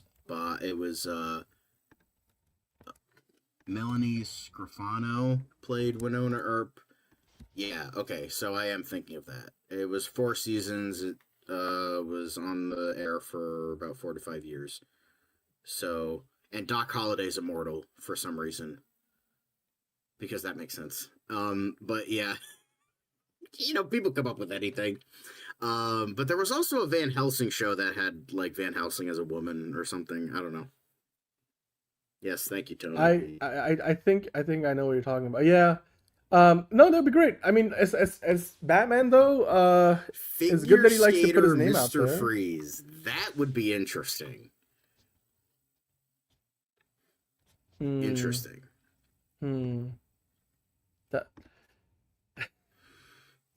That's an out there idea though. I don't know if I want to see that, but yeah. Look, I don't think it's any more likely today that he's gonna be getting the role, particularly because, while we just talked about it, they don't really even know what the ultimate version of DCU Batman is going to look like because the script isn't done. And James Gunn clearly still, you know, is with the philosophy of, until the script is ready, there's no casting happening. We're not going to get any mention or appearances for Batman and Wonder Woman and Man of Tomorrow. Maybe we'll get a Batman or Bruce Wayne mention somewhere in passing in Clayface, because it's a Gotham-based story, but then... yeah, next year it's all Man of Tomorrow, and then the earliest we would hear about a Batman anything would probably be, I'd imagine, 2027 if the movie's going to come out in 2028, which even that James Gunn is not committing to. So, yeah, like 2028 at the earliest. I forget what the likelihood meter said for Jensen Ackles in his Fancast Friday. I mean, again, could be a good fan cast, but I don't know. It's like you said, he's not really an actor's actor. Can he lead his own franchise? It's one thing to be in The Boys, but it's another to actually be in a Batman movie as Bruce Wayne. Like, you look at the actors that have played Bruce Wayne, like they're some of the best actors to ever do it. Like from Ben Affleck to Christian Bale, to even George Clooney. He was just playing himself, but he knew how to play Bruce Wayne. Yeah.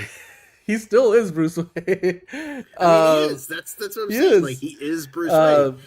Perfect cast. I mean, even you look at Michael Keaton. Like, nobody thought, like, Michael Keaton is an amazing thespian of an actor today, and with a resume that equals, you know, almost Academy any Award out winner. there ever. So, Academy Award winning actor.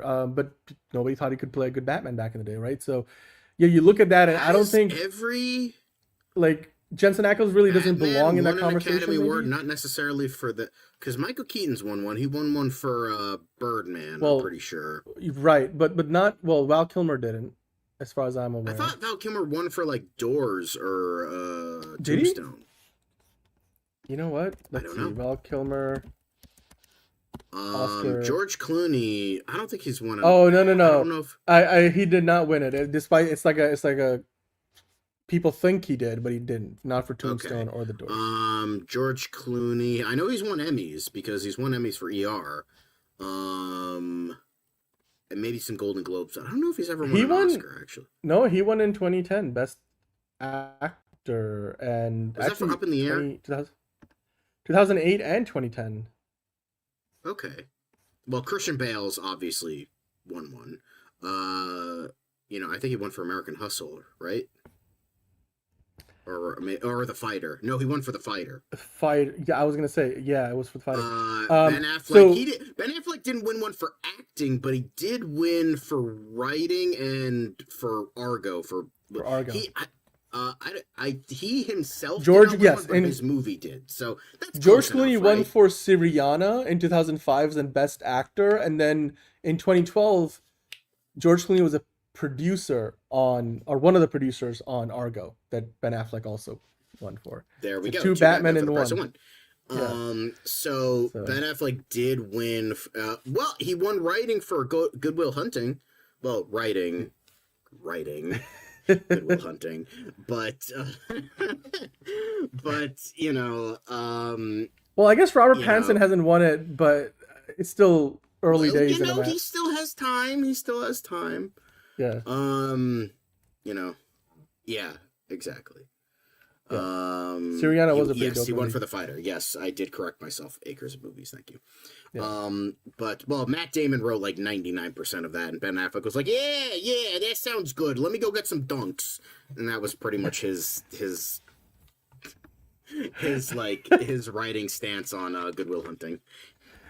No, but I mean, look, the point stands, right? Like all of these actors who have played Batman, Bruce Wayne before, they've all got impressive resumes. Like, look, Robert Pattinson hasn't been nominated or won an Oscar yet, but I feel like every other year he does a movie that feels like is gonna get him at least a nominee. Exactly, he's done Oscar-worthy roles, like and Lighthouse. He literally had a tribute at some film festival, and he fell asleep. That's the most Bruce Wayne thing ever. So, because he was fighting crime the night before. So yeah. Yeah, I just wish he was in a good Batman movie. That's all. Okay, you're in the minority firmly on that. The Batman is not as good as it actually is. Okay, and I'm somebody who hated on it after the first one. I like the Batman. I don't love it. I just think it's too long and has too many problems. But that's just my opinion. Zoe Kravitz was miscast. There, I said it. Well, she wasn't cast in she's auditioned for it before. I feel like for this iteration it worked. It's her Catwoman's portrayal kind of grew on me the more I watched the movies. Boom. I agree. But the thing is, the problem with that, he should have won for Malcolm X, but they had to give Al Pacino his pity Oscar because he didn't win for The Godfather because it went to Art Carney for Harry and Tonto. So that's why he did not win for either of those movies. But Well, I think ultimately we can all agree that, well, again, Jensen Ackles could be a good fit. I mean, his resume doesn't quite scream, I'm ready to play Bruce Wayne, I'm ready to play Batman, and then just literally, lead one of the most iconic franchises that DC and Warner Brothers has ever put on screen. And because here's the thing, the Superman movie had a lot of pressure on it, and if you can imagine the amount of pressure Superman had on it to succeed and the amount of pressure Man of Tomorrow is going to have on it to succeed, they cannot miss with the DCU Batman, dude. And the last Batman movie to miss was Batman and Robin. They've had absolute bangers after bangers since then. Even if Batman v Superman missed the mark on the box office, it still almost made $1 billion, like financially speaking. And then the Justice League movie had all kinds of controversies. I don't even know if and again, those weren't like solo Batman movies. Any movie where Batman is the lead, like you go from the Dark Knight trilogy to the Batman, and it's just 4 great movies, like, on a spectrum, sure, but like they're all, you can say they're all good to great movies. And even before that, like in the 90s, I feel like other than Batman and Robin, people seem to like have varying degrees of love for every other Batman iteration from Michael Keaton onward. So yeah, we'll have to see if Jensen Ackles will be a good fit. I mean, who knows? Maybe ultimately Andy Muschietti will leave because his attachment is tenuous at best anyway, and then maybe Zack Snyder will come back, and then maybe James Gunn will be like, fine, we'll do the Dark Knight Returns. And so and then we'll probably get Chris Terrio back in there, and then anyway. But I think we have run the course on this story for now. You guys let us know in the comments down below what you think. Let's hit it before it's 3 hours. Yeah, and then of course, if you are watching live, hit the like button. If you're not watching live, still hit the like button. We do appreciate it. Let us know what you thought about the show. Get in the comments. Let us know who you would want to bring in as the writer for the new DC Batman movie. Are John you Logan. a supporter, a believer in Christina Hodson, or do you think we're not going down the right path? Who would you cast as Bruce Wayne Batman in the DCU? Or is James Gunn simply taking too long and maybe not taking it seriously enough, the success of Batman, and how much that would matter to the overall DCU? Let us know in the comments down below. Of course, we're not done yet. John, I will implore you to join me, even if you want to just trash the Tier List Tuesday topics. I'm not doing it. I'm not doing it out of spite because fuck you people. I'm not buying into your Avengers. That tier list is going to be 5 minutes. Like it's like CCBD. Like that's it. Like boom, there we go. Fucking easy. Like what is there to talk about? There's nothing to talk about. It's just teasers. What? It's just like this one is kind of okay. This one sucks. This one's fine. This one's okay. Like that's it. So okay, well, you fuckers wanted this because you wanted to spite me. So fuck you. I'm not giving you the advantage here. Get out of my face. John's taking it personally. Okay. All right. Well, look, we're gonna be it's gonna be basically a Tier List Thursday at this point, but we're a special Thursday edition of Tier List Tuesday, ranking Avengers Doomsday teasers. They're all 4 of them. That's true. That's true. Don't try. Don't even ask the last person who tried. You can't really, because they don't exist anymore. They were deleted from existence. But allegedly, our lawyers are saying we have to say that that's a joke. Okay, well, we'll see you guys on the Friday edition of DCU Daily and Fancast Friday. The poll for Fancast Friday is up, and I'll talk about that on Tier List Tuesday on a Thursday. But until then, thanks for joining in. Don't forget to look up, look out, whatever. It's another project that's been blessed from the beginning. There's the shot right there. That. Okay, we don't need to see right there. Hey, buddy, eyes up here. Now you want to get nuts? Let's get nuts. Here we go. Victory mine. Ask me how am I doing? I'm telling you, really, I'm doing sublime. I never wait in the stewardess line. I just go do it. I'm moving my time. Really had nothing to do with it. How am I moving? I'm moving like you wanna shine. Follow my lead. Don't listen to lies. I had to put me all on the line. That's why I know that victory's mine. I prefer Jared Leto. Hunka hunka.